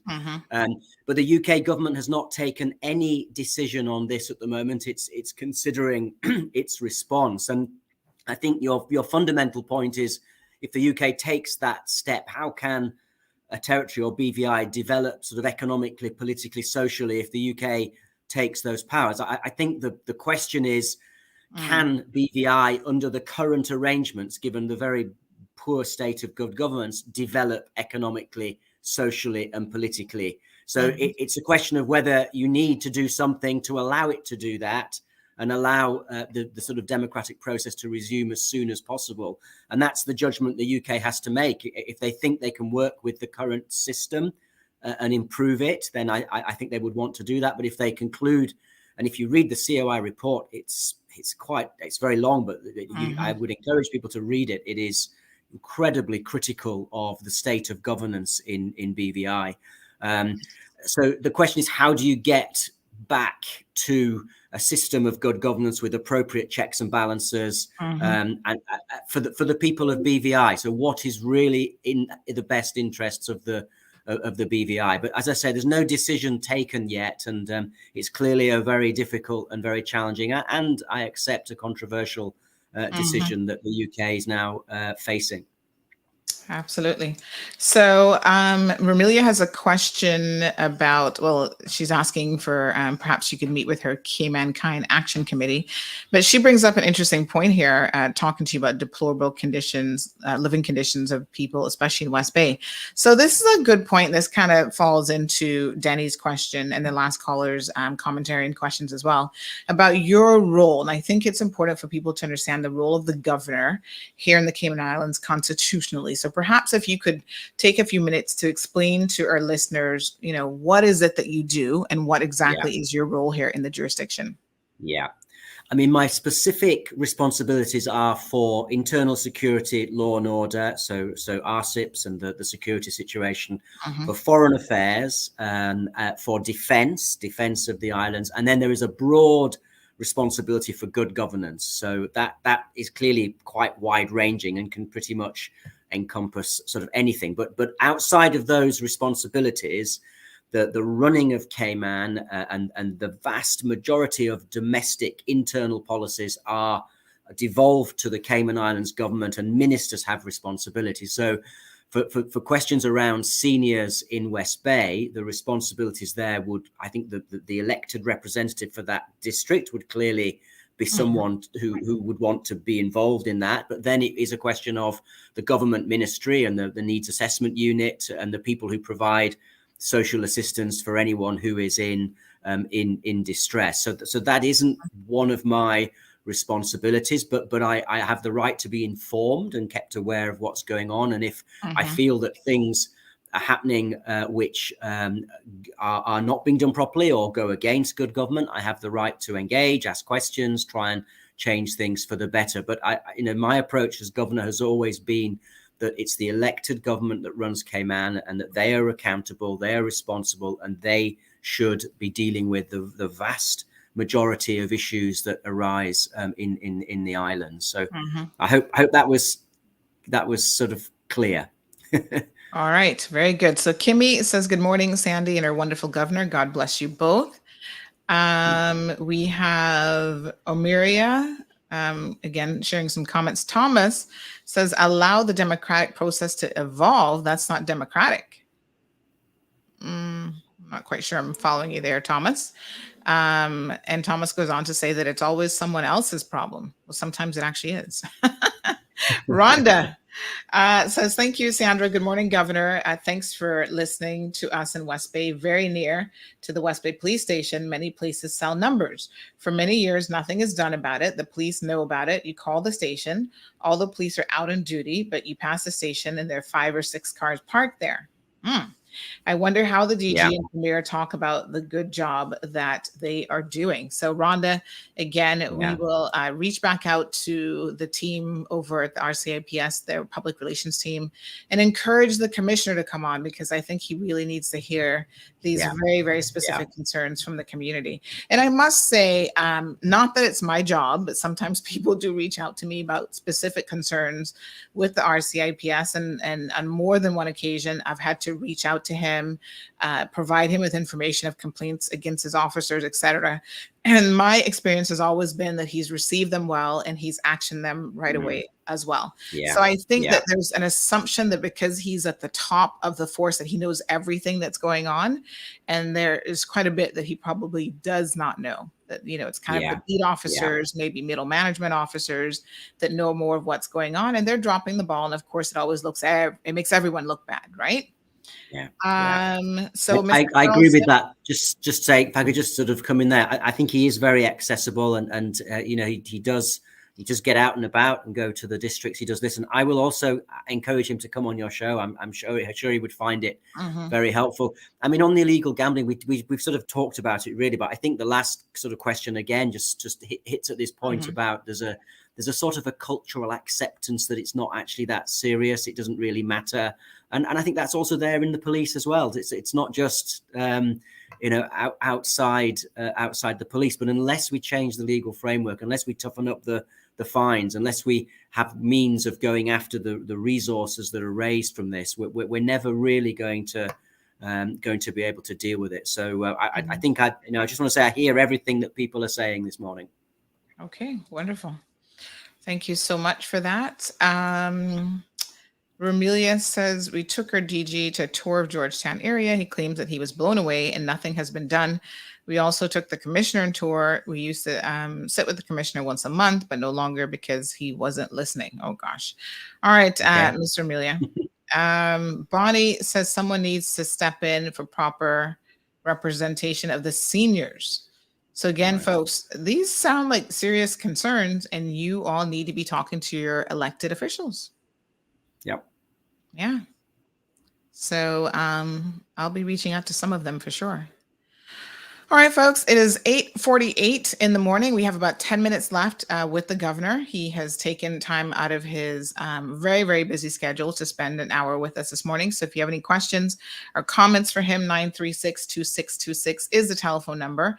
You can call direct dial, WhatsApp, or you can, of course, send your comments in as well. Charlene says, thank you to Governor Roper. We certainly do appreciate him coming on the program. Any other general questions, folks? I mean, I know there's a lot going on. Let's talk a little bit about this Auditor General's report and the recent Deputy Governor's investigation that resulted, and then his findings, which were just released. I think it was day before yesterday. So a lot of people are saying, listen, it's being swept under the rug. Did he really do a proper investigation? And they don't have a whole lot of faith in the process. We will be speaking with the Deputy Governor directly on this, folks, and doing an in-depth interview with him. But I just wonder if you could share your thoughts, Governor Roper, on that entire situation. Of course, no, very happy to. I mean, first of all, I want to thank the Auditor General for her report, and the fact that it was leaked was something which I think was extremely regrettable. But the report itself has, and this is what the Auditor General is there for, to support the jurisdiction in moving forward, and her report and all the other work that went on after it from the Deputy Governor, internal audit, and the Attorney General as well had views on it all. All of that has enabled the jurisdiction to move forward. And the two key things. One was that we do need to improve our processes and policies around the time of the elections. I think things were done too quickly. Things moved in a way that they shouldn't have moved. And I think collectively we accept that. And we've put in place new policies now, which are coming to Cabinet to address both the rules and policies for civil servants and the rules and policies for our elected ministers during that period of election sensitivity in the run-up to an election. So that was really important. But I think on the main finding, and the Auditor General also agreed with this, that there was no breach of the law. Nobody broke any laws.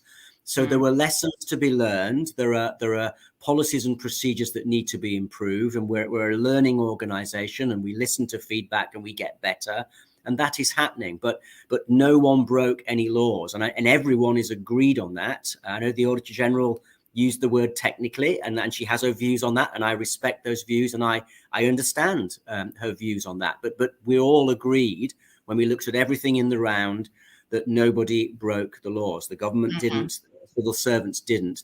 But what we have all agreed is that we need to learn the lessons and move on and get better as a jurisdiction. And that's why I thank the Auditor General for a very good report, which helped us move forward in that direction. And I thank the Deputy Governor for very thoroughly looking at everything. There are other factors to take into account.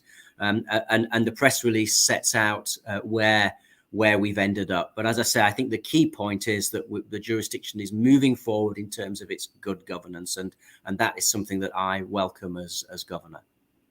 And of course,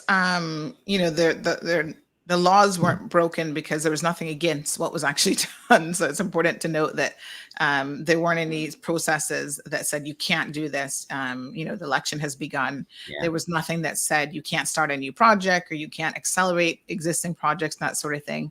Although on the face of it, it certainly gives the entire process a certain tinge of something seems a bit off here. There was actually nothing against that happening. Yeah, that's right. That's right. And I know this is people get quite worked up and emotive about these issues. And it does get, it seems to me, as the governor coming from outside, it gets very personal sometimes. And I think I just see people's views just sometimes being almost quite extreme, quite exaggerated on some of these issues. When actually, if you step back and look at the issues calmly and objectively, it does look differently. And that's what I've been able to do. And I've seen everything and I've assessed everything. And I am personally satisfied that we have handled this matter effectively and properly. And the key point is that we have learned from what happened. We've accepted some things didn't go the way that we would want them to go, and we have learned from that, and we've put new procedures in place for the future to prevent anything like that happening again. This listener to the program says that all Caribbean countries are watching the UK in relation to what happens with BVI. And they go on to say that the commissioner doesn't seem to know what is going on. So I guess if you think that, then obviously he needs to, be on the ground a bit more. Again, I think he's relying on a lot of his officers to keep him informed, a lot of his management team. And they said this is a problem with elected officials. Once they get in, they forget to engage the public/media. Well, they will certainly do so to their own peril, I must tell you. It's not a good idea. Janetta says, what event that's happening again for families and children in relation to the Queen's birthday celebration? So there's the air show that's coming up, Janetta. So that's going to be, I'm sure, a big to-do. Some details still being finalized. Governor, you were going to talk about some of the other events. You mentioned them earlier, but just to recap. There is, and I think there is a children's tea party as well. I think that's at the Botanic Park. So there's a whole range of events. The air show is obviously one that I hope everyone comes out to watch. I think it will be wonderful. The car show, the parade on just outside Government House for our uniformed services for the Queen's birthday party, the concert at Pedro St James. We're going to be lighting a beacon, which is a really spectacular spectacle, which will happen all over the sort of Commonwealth countries, and then firework displays. There are going to be firework displays all along 7 Mile Beach, including outside Government House. So I think there's something for everybody really, and certainly lots for our children to come out and enjoy. All right, so lots of family-friendly programs. Mr. Belika is in favor of legalizing cannabis. He says that cannabis must now be legalized since the society no longer considers it to be delinquent behavior. And he relies on American evidence for this, saying Barack and Bill are admitted former smokers. I'm not so sure that the community really is fully with you there, Belika, but that's an interesting perspective. Portugal legalized all drugs. Both use and addiction have decreased. Let us be logical and data driven. All right, we'll see. So Joshua says, I just got here in time. Legalize it. Legalize it. Oh my goodness. I mean, it's obviously a controversial subject, and I've discussed this a lot with various people, and obviously views are very polarized on this matter. A lot of people do want to legalize, but a lot of people are very concerned about it. I think that there's one thing is to develop cannabis for sort of medicinal use and to grow it so it can be used for those purposes. But there is an international framework of laws around this, UN conventions. And at the moment, if you legalize cannabis for personal use, that would be against international law. So I think that's something that people need to bear in mind. I know some countries have done it. Some countries are just ignoring international law, but the UK, overseas territories, where we don't, as a rule, ignore international law. We could have a debate about that. I know, but I just mentioned that because I think the international it's a UN convention on drugs is something that people ought to be aware of as well. Recently, there was some movements on the political front where the premier made a decision to sort of sanction, if you will, one of his ministers. And I know you had issued a press statement on that, saying that you were in agreement to maintain good governance, that I suppose sometimes these things are required. Do you wish to make any comments on that situation? Well, I mean, I thank the Premier for dealing with that matter. I did have concerns. I think the separation of powers and respecting the Constitution, respecting the powers in the governor's area, particularly for the public service. And I think it's actually quite dangerous if our elected politicians start seeking to interfere in civil service appointments. You look at Cayman is 1 million miles from BVI, and we have good governance in general. I know not everyone will share that or accept it, but actually I know, we have checks and balances in place. We have independent auditor general, we have independent ombudsman, we have commissions.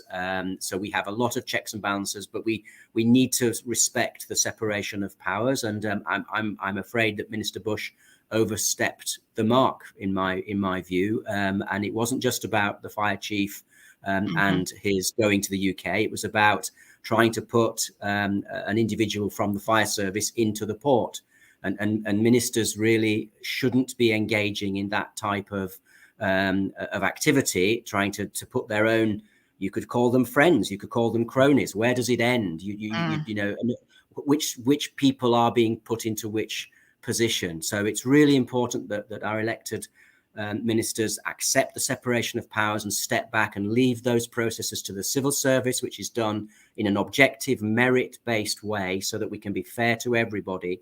And I really just I thank the Premier for the action that he has taken, and I think Minister Bush accepted that he stepped out of line. It's a bit of a shame in the public coverage of this. It's only focused on the fire chief, and actually that to me was a minor issue. The most serious issue was seeking to move a senior fire officer into a senior position at the port, and that for me is we spent a lot of time.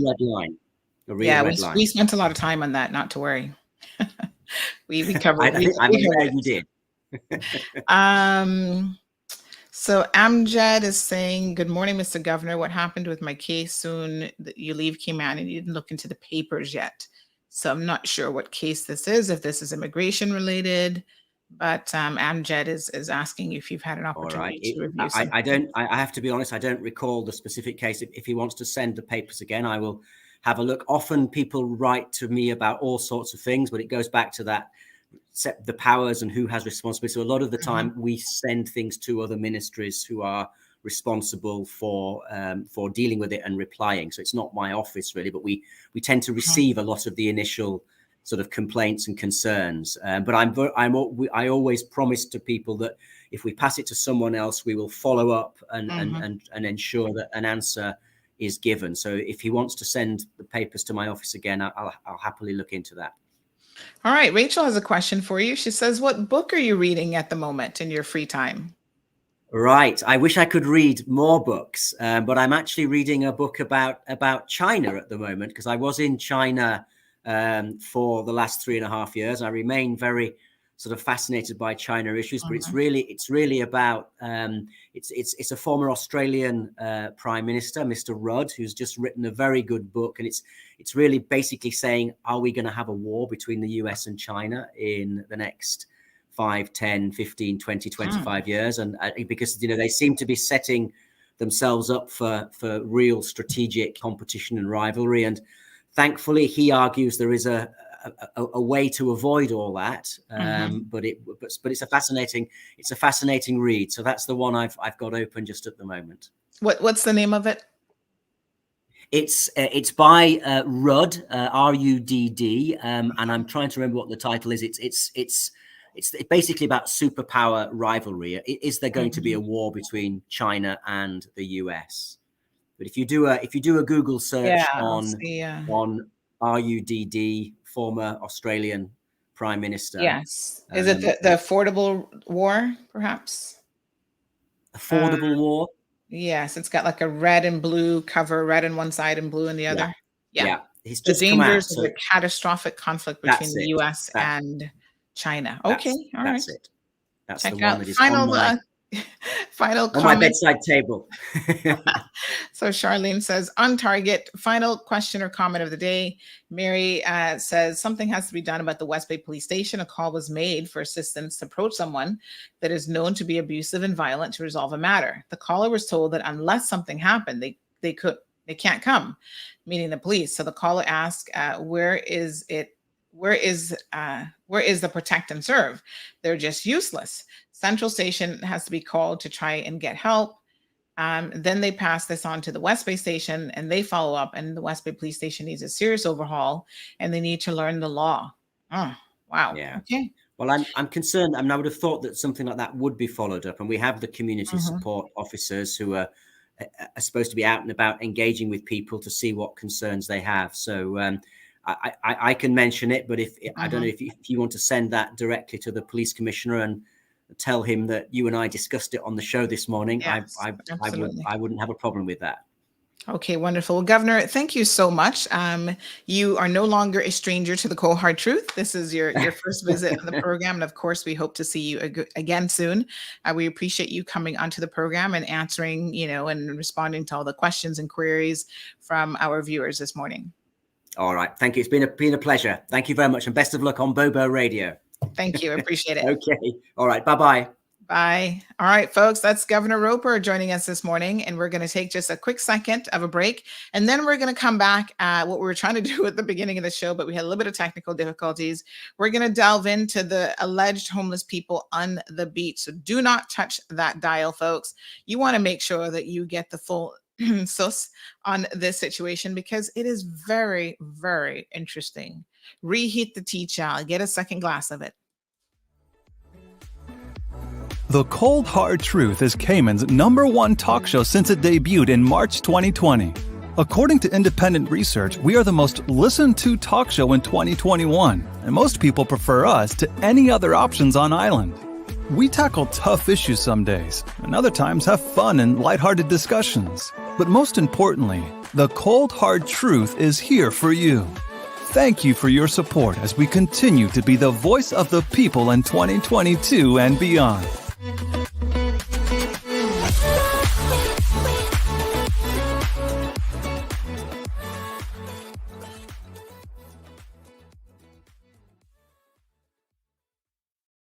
Welcome back. Just took a nice bite out of my plantain, my green plantain this morning. Oh my gosh, they're so delicious.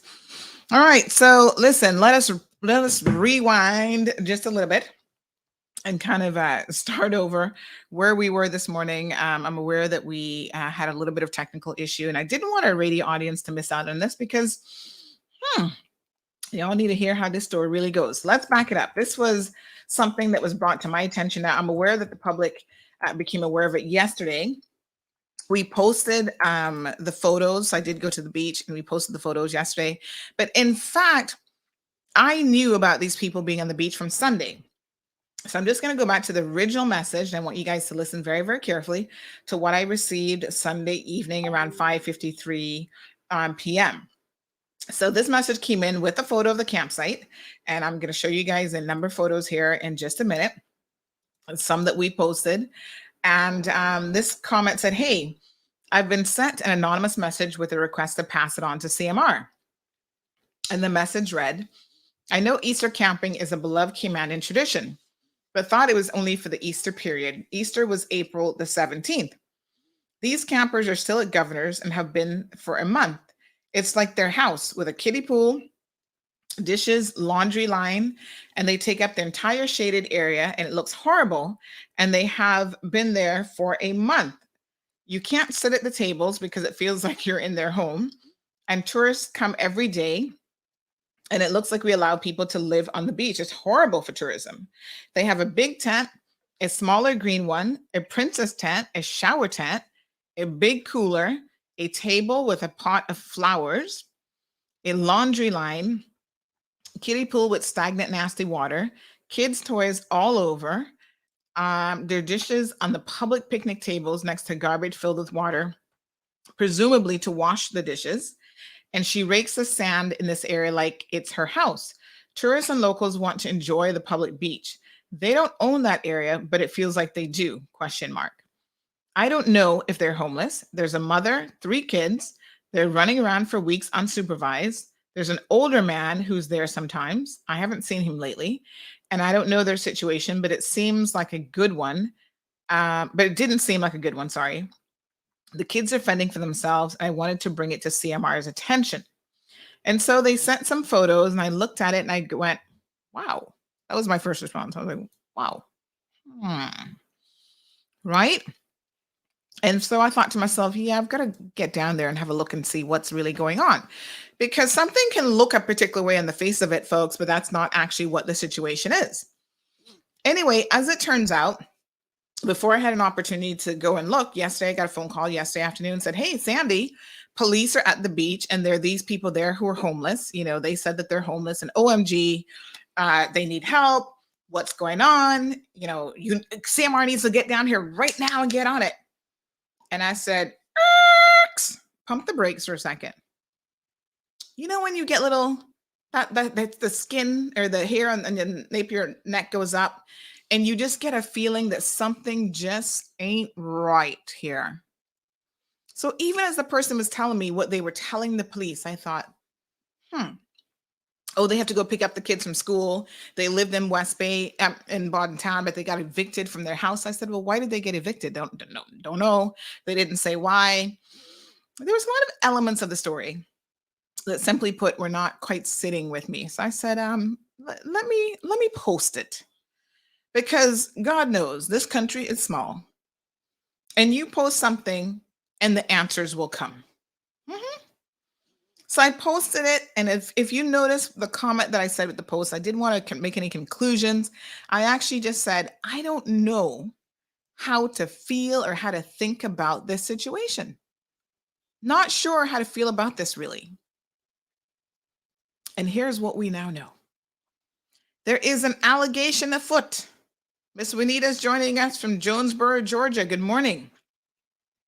There is an allegation that this lady is a scammer. Why? Well, we're going to look at a few things here. When you say that you are homeless, right? People don't expect to see certain things from an individual who is homeless. And I'm going to tell you exactly what I mean by that. So last evening, I got another call from a nice lady who's in the women's group, an English lady. And she said, "Oh, Miss Sandy, you know, these people are here. Will you come and see them?" This was probably after maybe 9 o'clock. And I said, or probably even 10 o'clock. And I said, well, I'm obviously not coming tonight, chill. I'm at home. But I said, I'm happy to come and see them tomorrow. And I heard her, and I said, you know, but get their permission. And I heard her saying to them, "Oh, do you know Miss Sandy Hill, you know, from Cayman Mall Road?" And these people claim that they've never heard of Cayman Mall Road, and they don't know who Sandy Hill is. Now, I'm not trying to say that everybody knows me. Trust me. Not at all. Because some of y'all still think it's Sandra Catron, so you can't even get that part right. But if you haven't heard of Cayman Mall Road and you live in the Cayman Islands, something's wrong. Something kind of is afoot. So she had me on speakerphone. I'm listening to the woman in particular. The man didn't have too much to say, but I'm listening to him and saying, no, I don't know Cayman Mall Road. And even this English lady was like, "Oh, you don't? They're the number one newspaper in the Cayman Islands, the number one media house. You've never heard of Cayman Mall Road?" She's like, "No."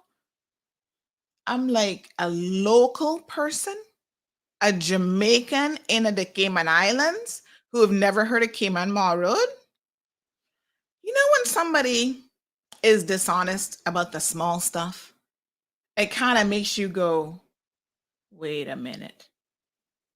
And in that moment last night, I got a feeling that this is definitely, I had the feeling before, but when I heard this conversation, no, we don't know who Sandy is. We don't know who Cayman Mall Road is. I went, wow, where do these people live? They from Bodden Town? I say, well, they must be Johnny come latelys if they don't know who Cayman Mall Road is and they don't know what's going on. So the picture started to circulate, and I'm sitting here looking at the picture. And then I go, stop it. The devil is in the details. Y'all look at this picture for a second. Homeless people with manicured and newly done nails. Try and hush now. Because not even to me got time to be getting no nails done. And I'm not homeless and I can afford to get nails done. But if you are truly homeless, you got time to make sure that your nails are on point like that?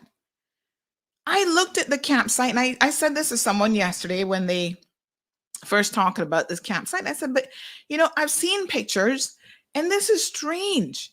You're homeless, but you have all this equipment. You can even pull out the kiddie tent. I think this is the showering room. You've got this larger tent. You've got the kiddie pool. So what happened? You had all this stuff at your house that you got evicted from or your apartment, and you just decided to pack it up and, you know, move everything to the beach. All the dishes, the dish drainer. You got the water bottle, the tank to cook. So even an initial view of the layout, the camp layout, I said, but who's homeless and has this? I'm not saying this is luxury, but I mean for camping, this ain't that really all that rough.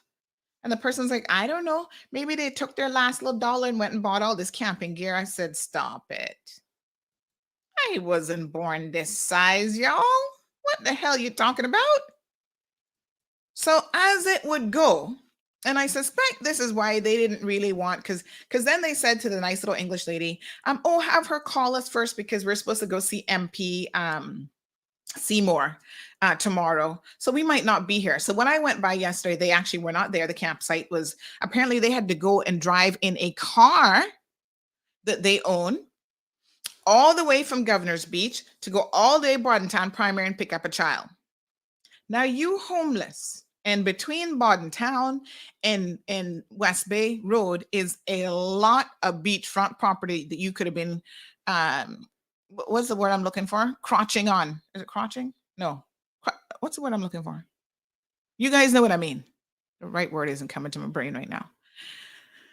And you're going to go and set up shop right next to the governor's residence where all the tourists can definitely see you.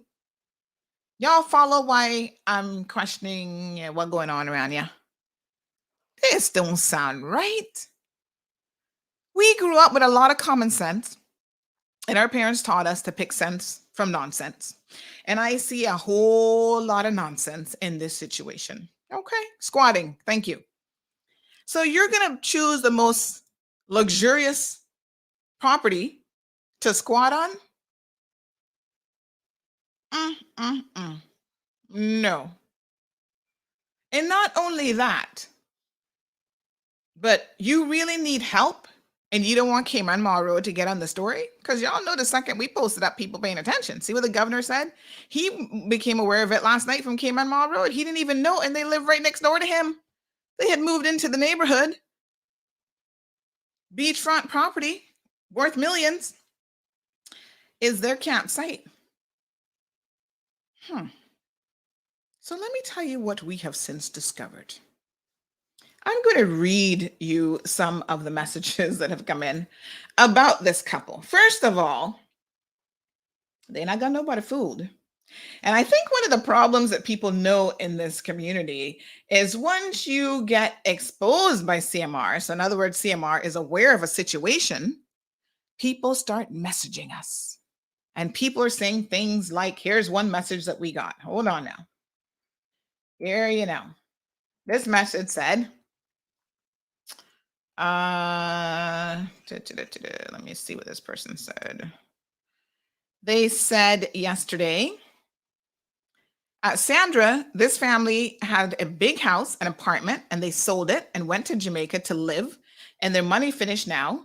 They don't need anything. They had two boats, or they have two boats, and a big one and a small one, and the wife is a scammer. She has two vehicles, and a Tivia Jeep and a convertible Mustang. I say, what? And at that point, I'm like, who are these people? I hadn't yet seen the photo. So I thought, wow, okay. What a mess. Yeah, all right. So then, after I put up the post, all kind of people messaged me, oh, Miss Sandy, when they have kids, and this is Caymanians and just people in general, right, in the Cayman Islands. Oh my gosh, when you have children, we feel sorry for you and your situation. We don't want the children to suffer. We're going to do anything that we can do to help. Everybody messaging me, how can I help? Are we taking care of the Cubans? Why can't we take care of our own? And in the right circumstances, I agree with all of those sentiments, but this ain't what it appears to be. And you guys know, on the cold hard truth, we can call a spade a spade. And if you are a scammer, the last person in the world you want on your radar is CMR. And I suspect Correct. That's why she was telling this little old English, she's not old, young lady, English lady, that, oh, I don't know who Cayman Mall Road is. Of course you don't, because no scammer wants to know who Cayman Mall Road is, because we're going to call you out for what you are. So this lady has grandchildren that go to Bordentown Primary School, and she has already attempted to scam the government by going there and pretending that she slipped and fell because of a wet floor. Thank God the security guard actually witnessed the whole thing. Because all of a sudden, oh, this government got to pay me money. I just slipped and fell and I bust my behind and blah, blah, blah. But Miss, that not what happened. So she been kind of at the whole scamming thing for a little while now. Before the lunches were free, she was trying to scam free lunches for her kids as well. But again, driving around in a convertible Mustang and all kinds of stuff. You can have 2 cars, but you friggin' homeless, sell one of the cars. Let's just be honest here. Y'all need to stop the foolishness. The good people of this country are up in arms this morning. 450. Let me show y'all how much people are up in arms. 450 likes and thumbs up and whatever on this post already. 3,000. Can y'all see this? Let me increase the size here. The post has reached over 32,000 people.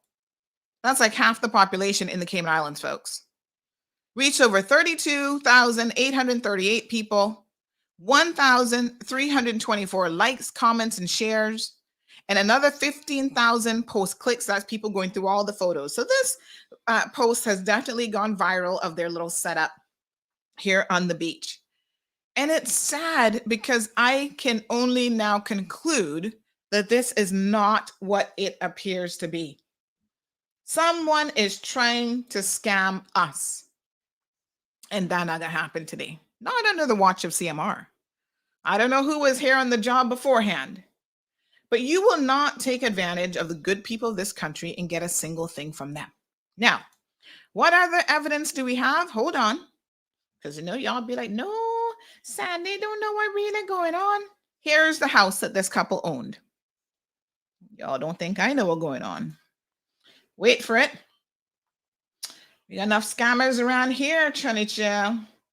So this is the home that they had that they sold. Yes. People say, ask anybody from West Bay about her. So this poor little old man she with is some little West Bay fella. I don't know how long they've been together. But it says here that she sold her house, take him to Jamaica, done the money. Now, you selling a house like this in Cayman, I don't know what they got for it, but I'm sure it was no 2 pennies. And you want to go to Jamaica living large, because that's a lot of money in jam. You could be living like a king and queen over there. Money done, and now she wants to ride the government back. He also has a nice big boat. She sold that too. Really? Laureen Ebanks? That's her name?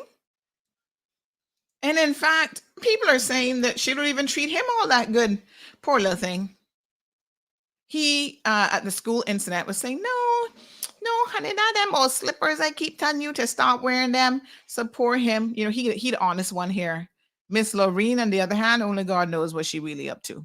But she's not scamming the good people of the Cayman Islands. There are too many people in need right now for her to be going on like this. Here, what else we have?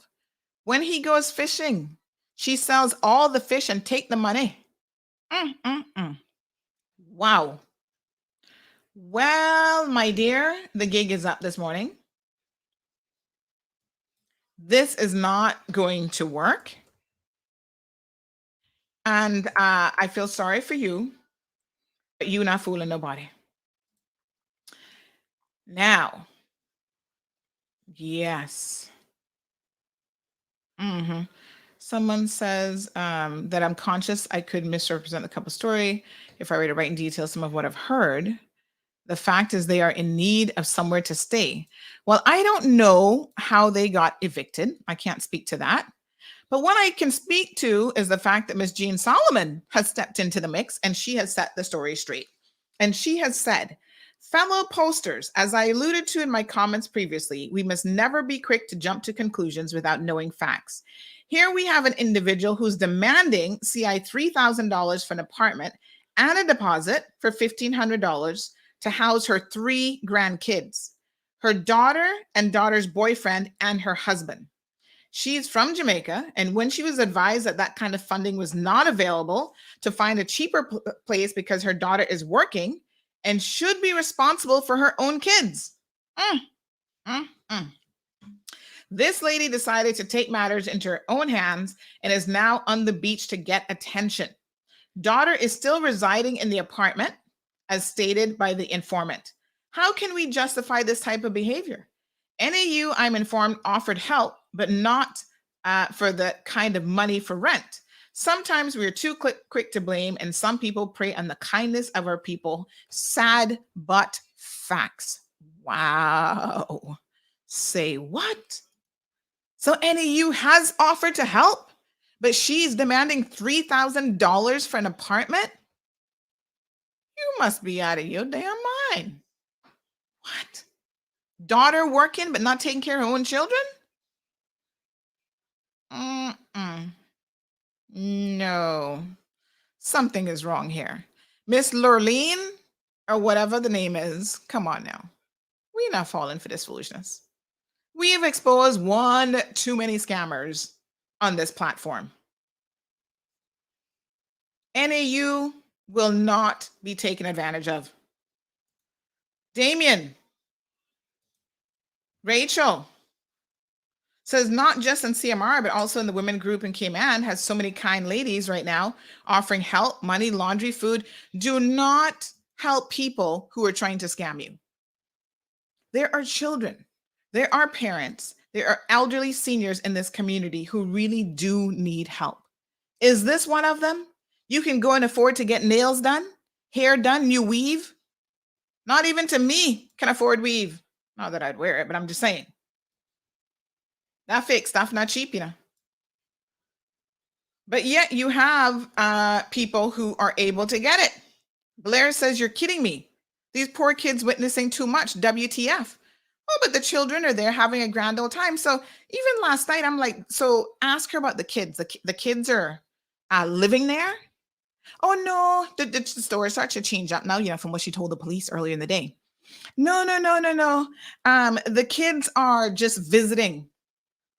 So I'm like, okay, at a beach campsite, you're going to have kids visiting, and you got a permanent tent set up there for them and a kiddie pool because they only come and visit. They're in school. When are they visiting you? After school? And you need to have all this stuff set up for them? That doesn't even make any sense. What makes sense is that you're trying to give a particular appearance of what is actually, what you want people to believe is actually happening. Miss Charlene says, wow, another one of those scammers. Greedy, can't get enough, always wanting more. Miss Sue says, really? OMG, got me fooled. Well, you know what they say, you can fool some of the people some of the time, but you can't fool all the people all the time. Not fooling me. I'm one of those people that I'm looking at things with a very keen eye. Shannon says a Caymanian married a scammer. God, Caymanian men can pick them. Well, child, that wouldn't be nothing new. Caymanian men have the worst, some of y'all have the worst decision-making power when it comes to picking a mate. Both Caymanian and non-Caymanian, I should say. Bonnie says, but yet Caymanian seniors can't get help. Well, you can't get help when people like this are scamming the system. And I've concluded that this is exactly what's going on. Because the little kitty, the bank at NAU only has so much money in it. So when you have people trying to scam the system and they actually are successful at doing so, that is less money for the poor people who need it, for the seniors who need it. Miss Bonnie knows what I'm talking about. Miss Bonnie has had a stroke. She's not working, not because she doesn't want to work, because she cannot work. She needs therapy. She needs help. Marshall says a scammer is always going to find a way to fool the people. Well, they can try, but not today. Not today, Bobo. KK says, I guess the governor is going to maintain her now. I know he's not interested. Everton says, this makes me sick to my stomach to hear that's why we good people will suffer for the bad when they do things like this, even in the United States. Andine says, I used to live in that apartment. It's beside the house. What a mess. Rachel says, what a shame. There are lots of people who desperately need help. And I hope this doesn't put people off helping those in the community. ARC and the Cayman Food Bank are always needing help and donations for the truly needy. Well, this is why there has to be a vetting process. And I know that y'all love to cuss NAU. And yes, sometimes they need a cussing. I will be the first to admit. But, you know, a lot of the times why they're putting everybody else through the rigmarole is simply because of what they have to endure. Because they are always, you know, having someone try to take advantage of them. So when you go to them, that's why they're like, oh yeah, we have to ask you 1,000,001 questions. That is why. Her money make her working. That's what Damien says. Here, Hal said about why he rather Spanish women. Well, I guess at least you know that they're scamming you. I'm just joking. 9:29 and 19 seconds, folks. We're going to be ending the program here shortly for our radio listeners, but we're going to continue just a tidbit more on air on the social media live stream because we need to wrap this up. But for our radio listeners, we've got to be very, very tight with the timeline. Folks, don't fall for those scammers. That's the lesson here today. I'm sorry for them, but they're not fooling me. And now that you guys know, they're also not fooling you. Thank you for tuning in to another episode of The Cold Hard Truth on Bobo 89.1 FM. Cayman's #1 talk show is live weekdays from 7:30 a.m. Never miss an episode again. Watch anytime on CMR's Facebook and YouTube channels for the latest show episodes. Don't forget to follow us online on our social media channels and visit CaymanMarlRoad.com for all the latest news and community happenings.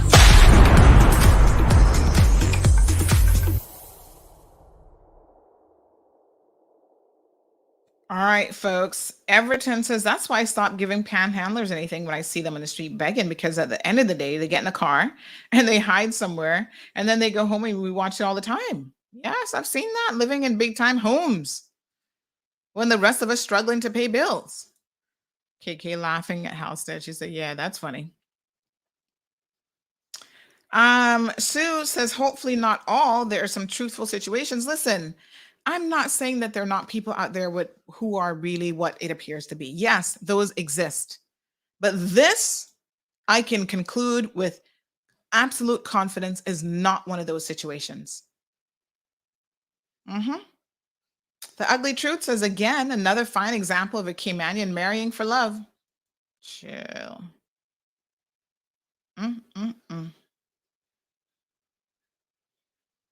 Charlene says, not condoning this behavior, but allow me to tell you, he's not the brains behind this.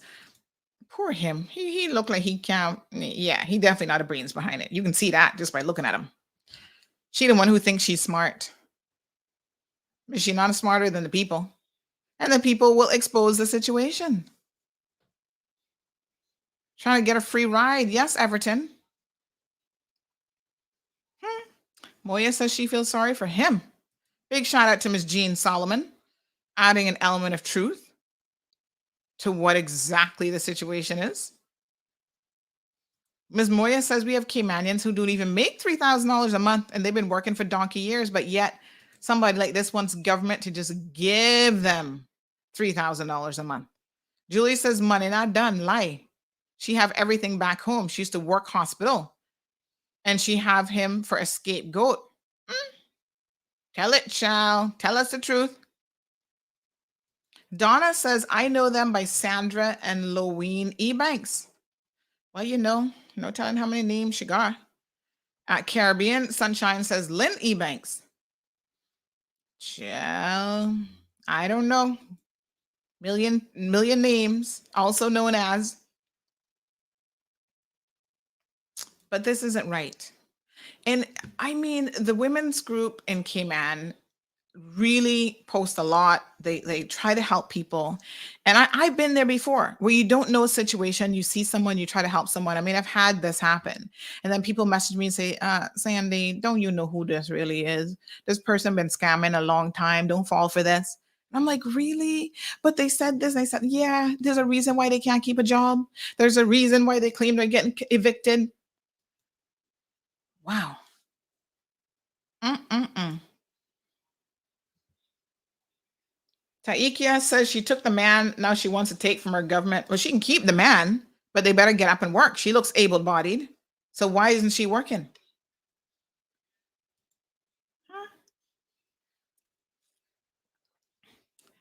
Dacia says, I'm glad you were able to see through this BS. I hate to pass judgment, but it was glaring. Scammer de ya.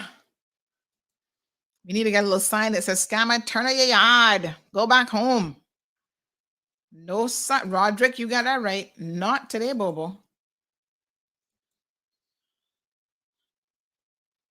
Charlene says, I definitely know truth. Miss Dorothy says this woman should get locked up. She scammed the man out of his. Well, I don't know what happened with the house. I mean, I don't know him. So I don't know if that was, he thought he was in love or whatever the situation was. I don't really know. But they had a house and they sold it and she got several cars. Sell your cars if you need some money. You have to be in a position, folks, to help yourself. Because there's not no free for all in this world. Yes, we are our brother's keeper when our brother has fallen. But you trying to live high life, but you need an apartment that costs $3,000? Not even my mortgage is $3,000. Well, damn, now that these interest rates keep going up, it probably soon reach that. But what kind of house, what kind of apartment are you looking for $3,000 a month? What kind of luxurious living is this? And if you're able-bodied, you must get up and find yourself a job. There's work out there. You mightn't be making $3,000, but you can find a job paying $1,500, $2,000, whatever. And don't be begging government to pay this exorbitant rent. Moya says we need to get Sandy to do all the vetting for NAU. Child, they wouldn't like that. I'd be putting somebody's stamp denied. Well, he looks able-bodied, so I don't really know.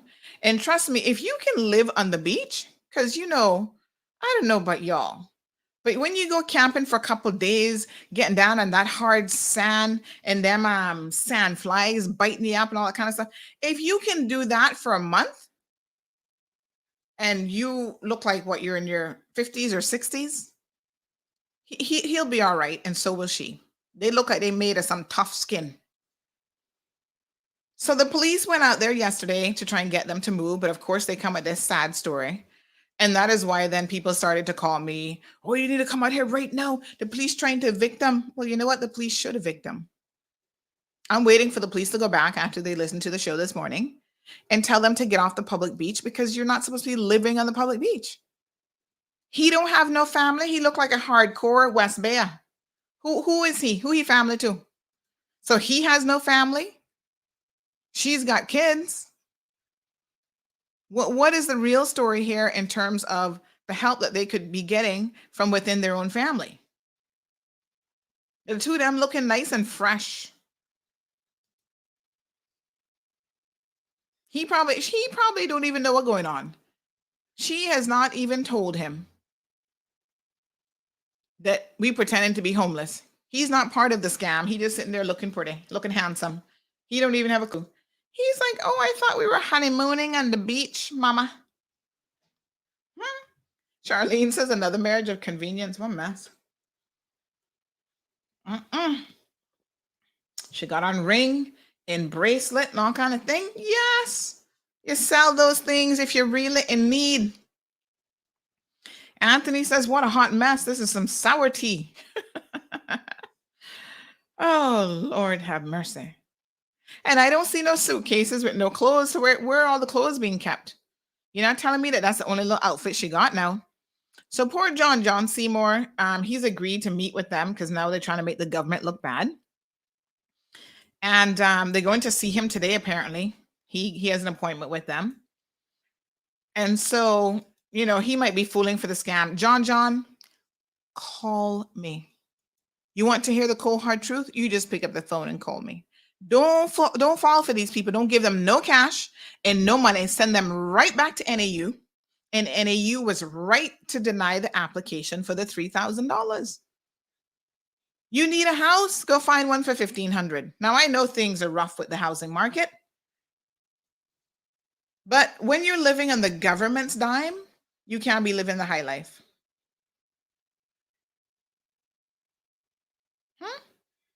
Julie says Charlene can't help him, my friend. She'll beat him up and take it away. He gets from NAU and Siemens, and she takes it away. Oh, wow. What a mess. Pretty Tash says some Jamaican women have a messed up mentality, but you can't blame them. That's how they were brought up. She's planning on renting something from Vela, South Sound for $3,000 a month. Well, I don't know. I don't know where she planned on renting from, child, but this is crazy. Oh, Jenna says she has sisters living in an island. Why don't they help her? You see, this is what I love about some Cayman Mall Road. Y'all know what's going on? Expose and shame the devil. Lies. Your lies will be found out.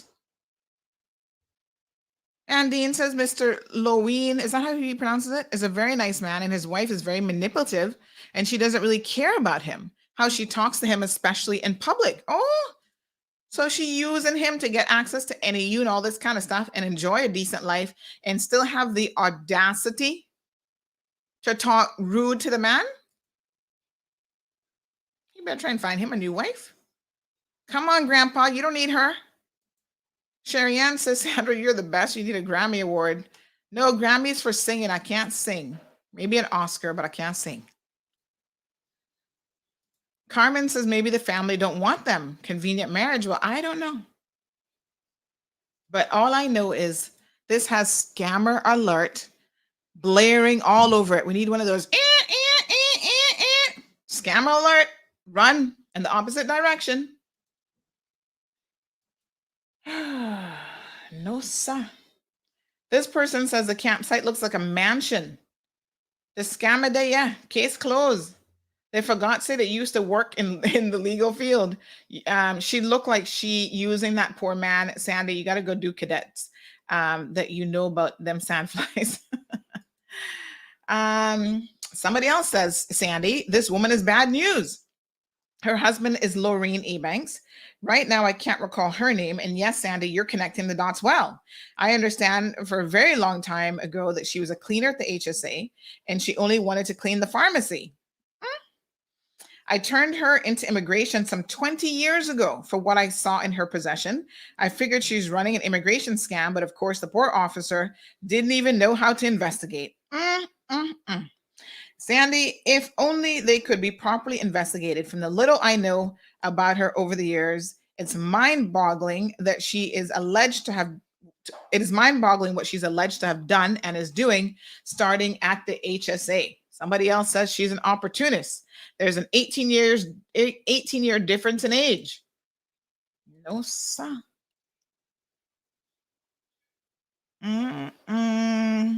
Someone else says, what a mess with this homeless couple. There should be a law that prevents camping on the regular camping outside the regular Easter camp. Well, there is.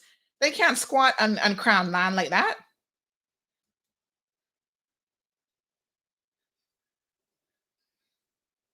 No. Honey child, that not gonna work. He goes by the name Louvine. Is it Laureen or Louvine? He's from West Bay, and his wife is from Jamaica. They have been skanking NAU for years. They were only on the beach from camping there during the Easter weekend. They have 3 cars, and he has 2 boats, but they drive into town, leave their car, and took a bus to go pick up their NAU money. Wow. They say he goes by the name Lovine. I think he is a Bush. Well, it seems like he might be an Ebanks, but whichever. They're not fooling me. Trust me. No, TD. Not today. Somebody else says, yes, she's a scammer. Poor husband. He's not like that, but since marrying her, I guess he goes along with her. Trying to remember if the wife rents umbrellas at the beach, but might be a family member of theirs. I think he's from West Bay. Yeah. Here, Another one says she's a thieving woman. Well, the consensus here, folks, is definitely this ain't what it appears to be at first sight. Scamming. Wow. Somebody else calling me, child. They probably trying to give me some more sus on this woman. No, sir.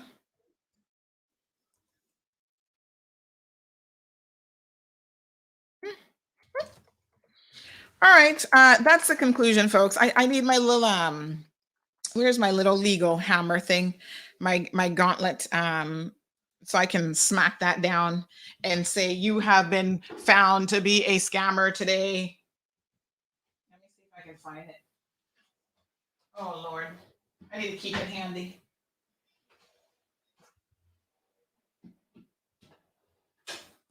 I don't even, where did I put it? I don't even know where I put it, but anyway, y'all get the picture.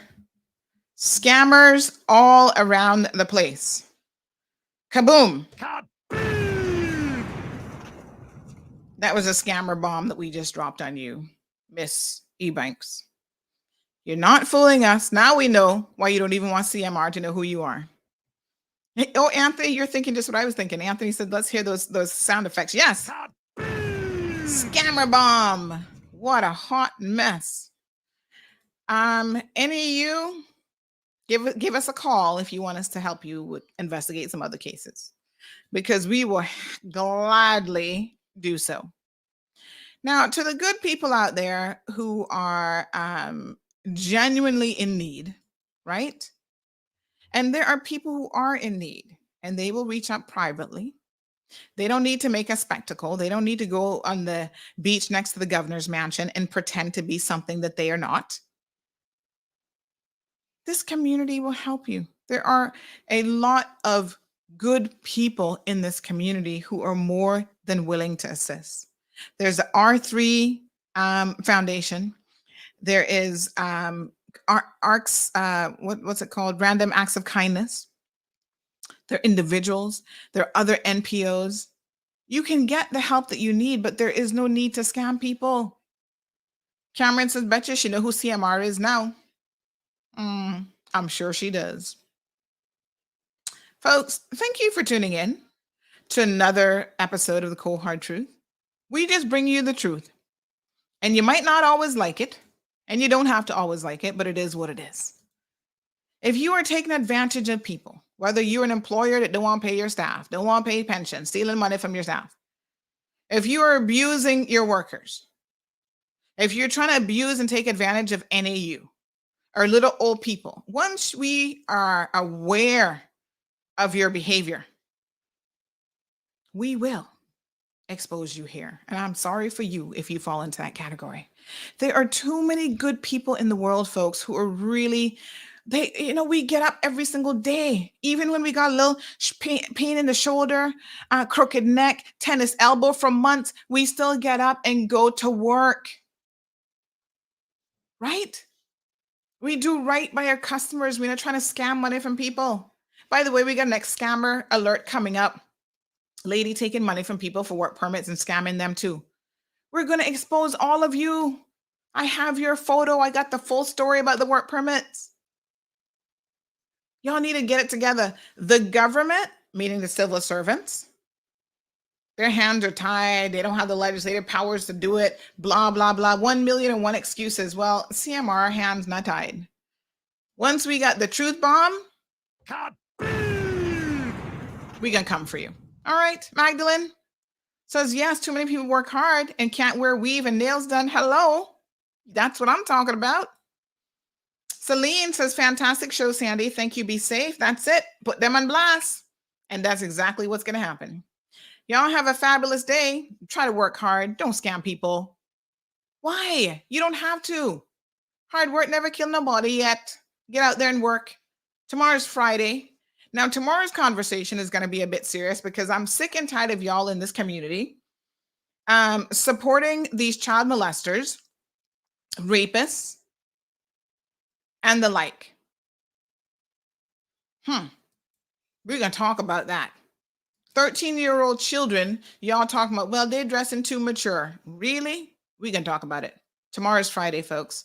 Have a pleasant Thursday. Thank you for tuning in to another episode of The Cold Hard Truth on Bobo 89.1 FM. Cayman's #1 talk show is live weekdays from 7:30 a.m. Never miss an episode again. Watch anytime on CMR's Facebook and YouTube channels for the latest show episodes. Don't forget to follow us online on our social media channels and visit CaymanMarlRoad.com for all the latest news and community happenings.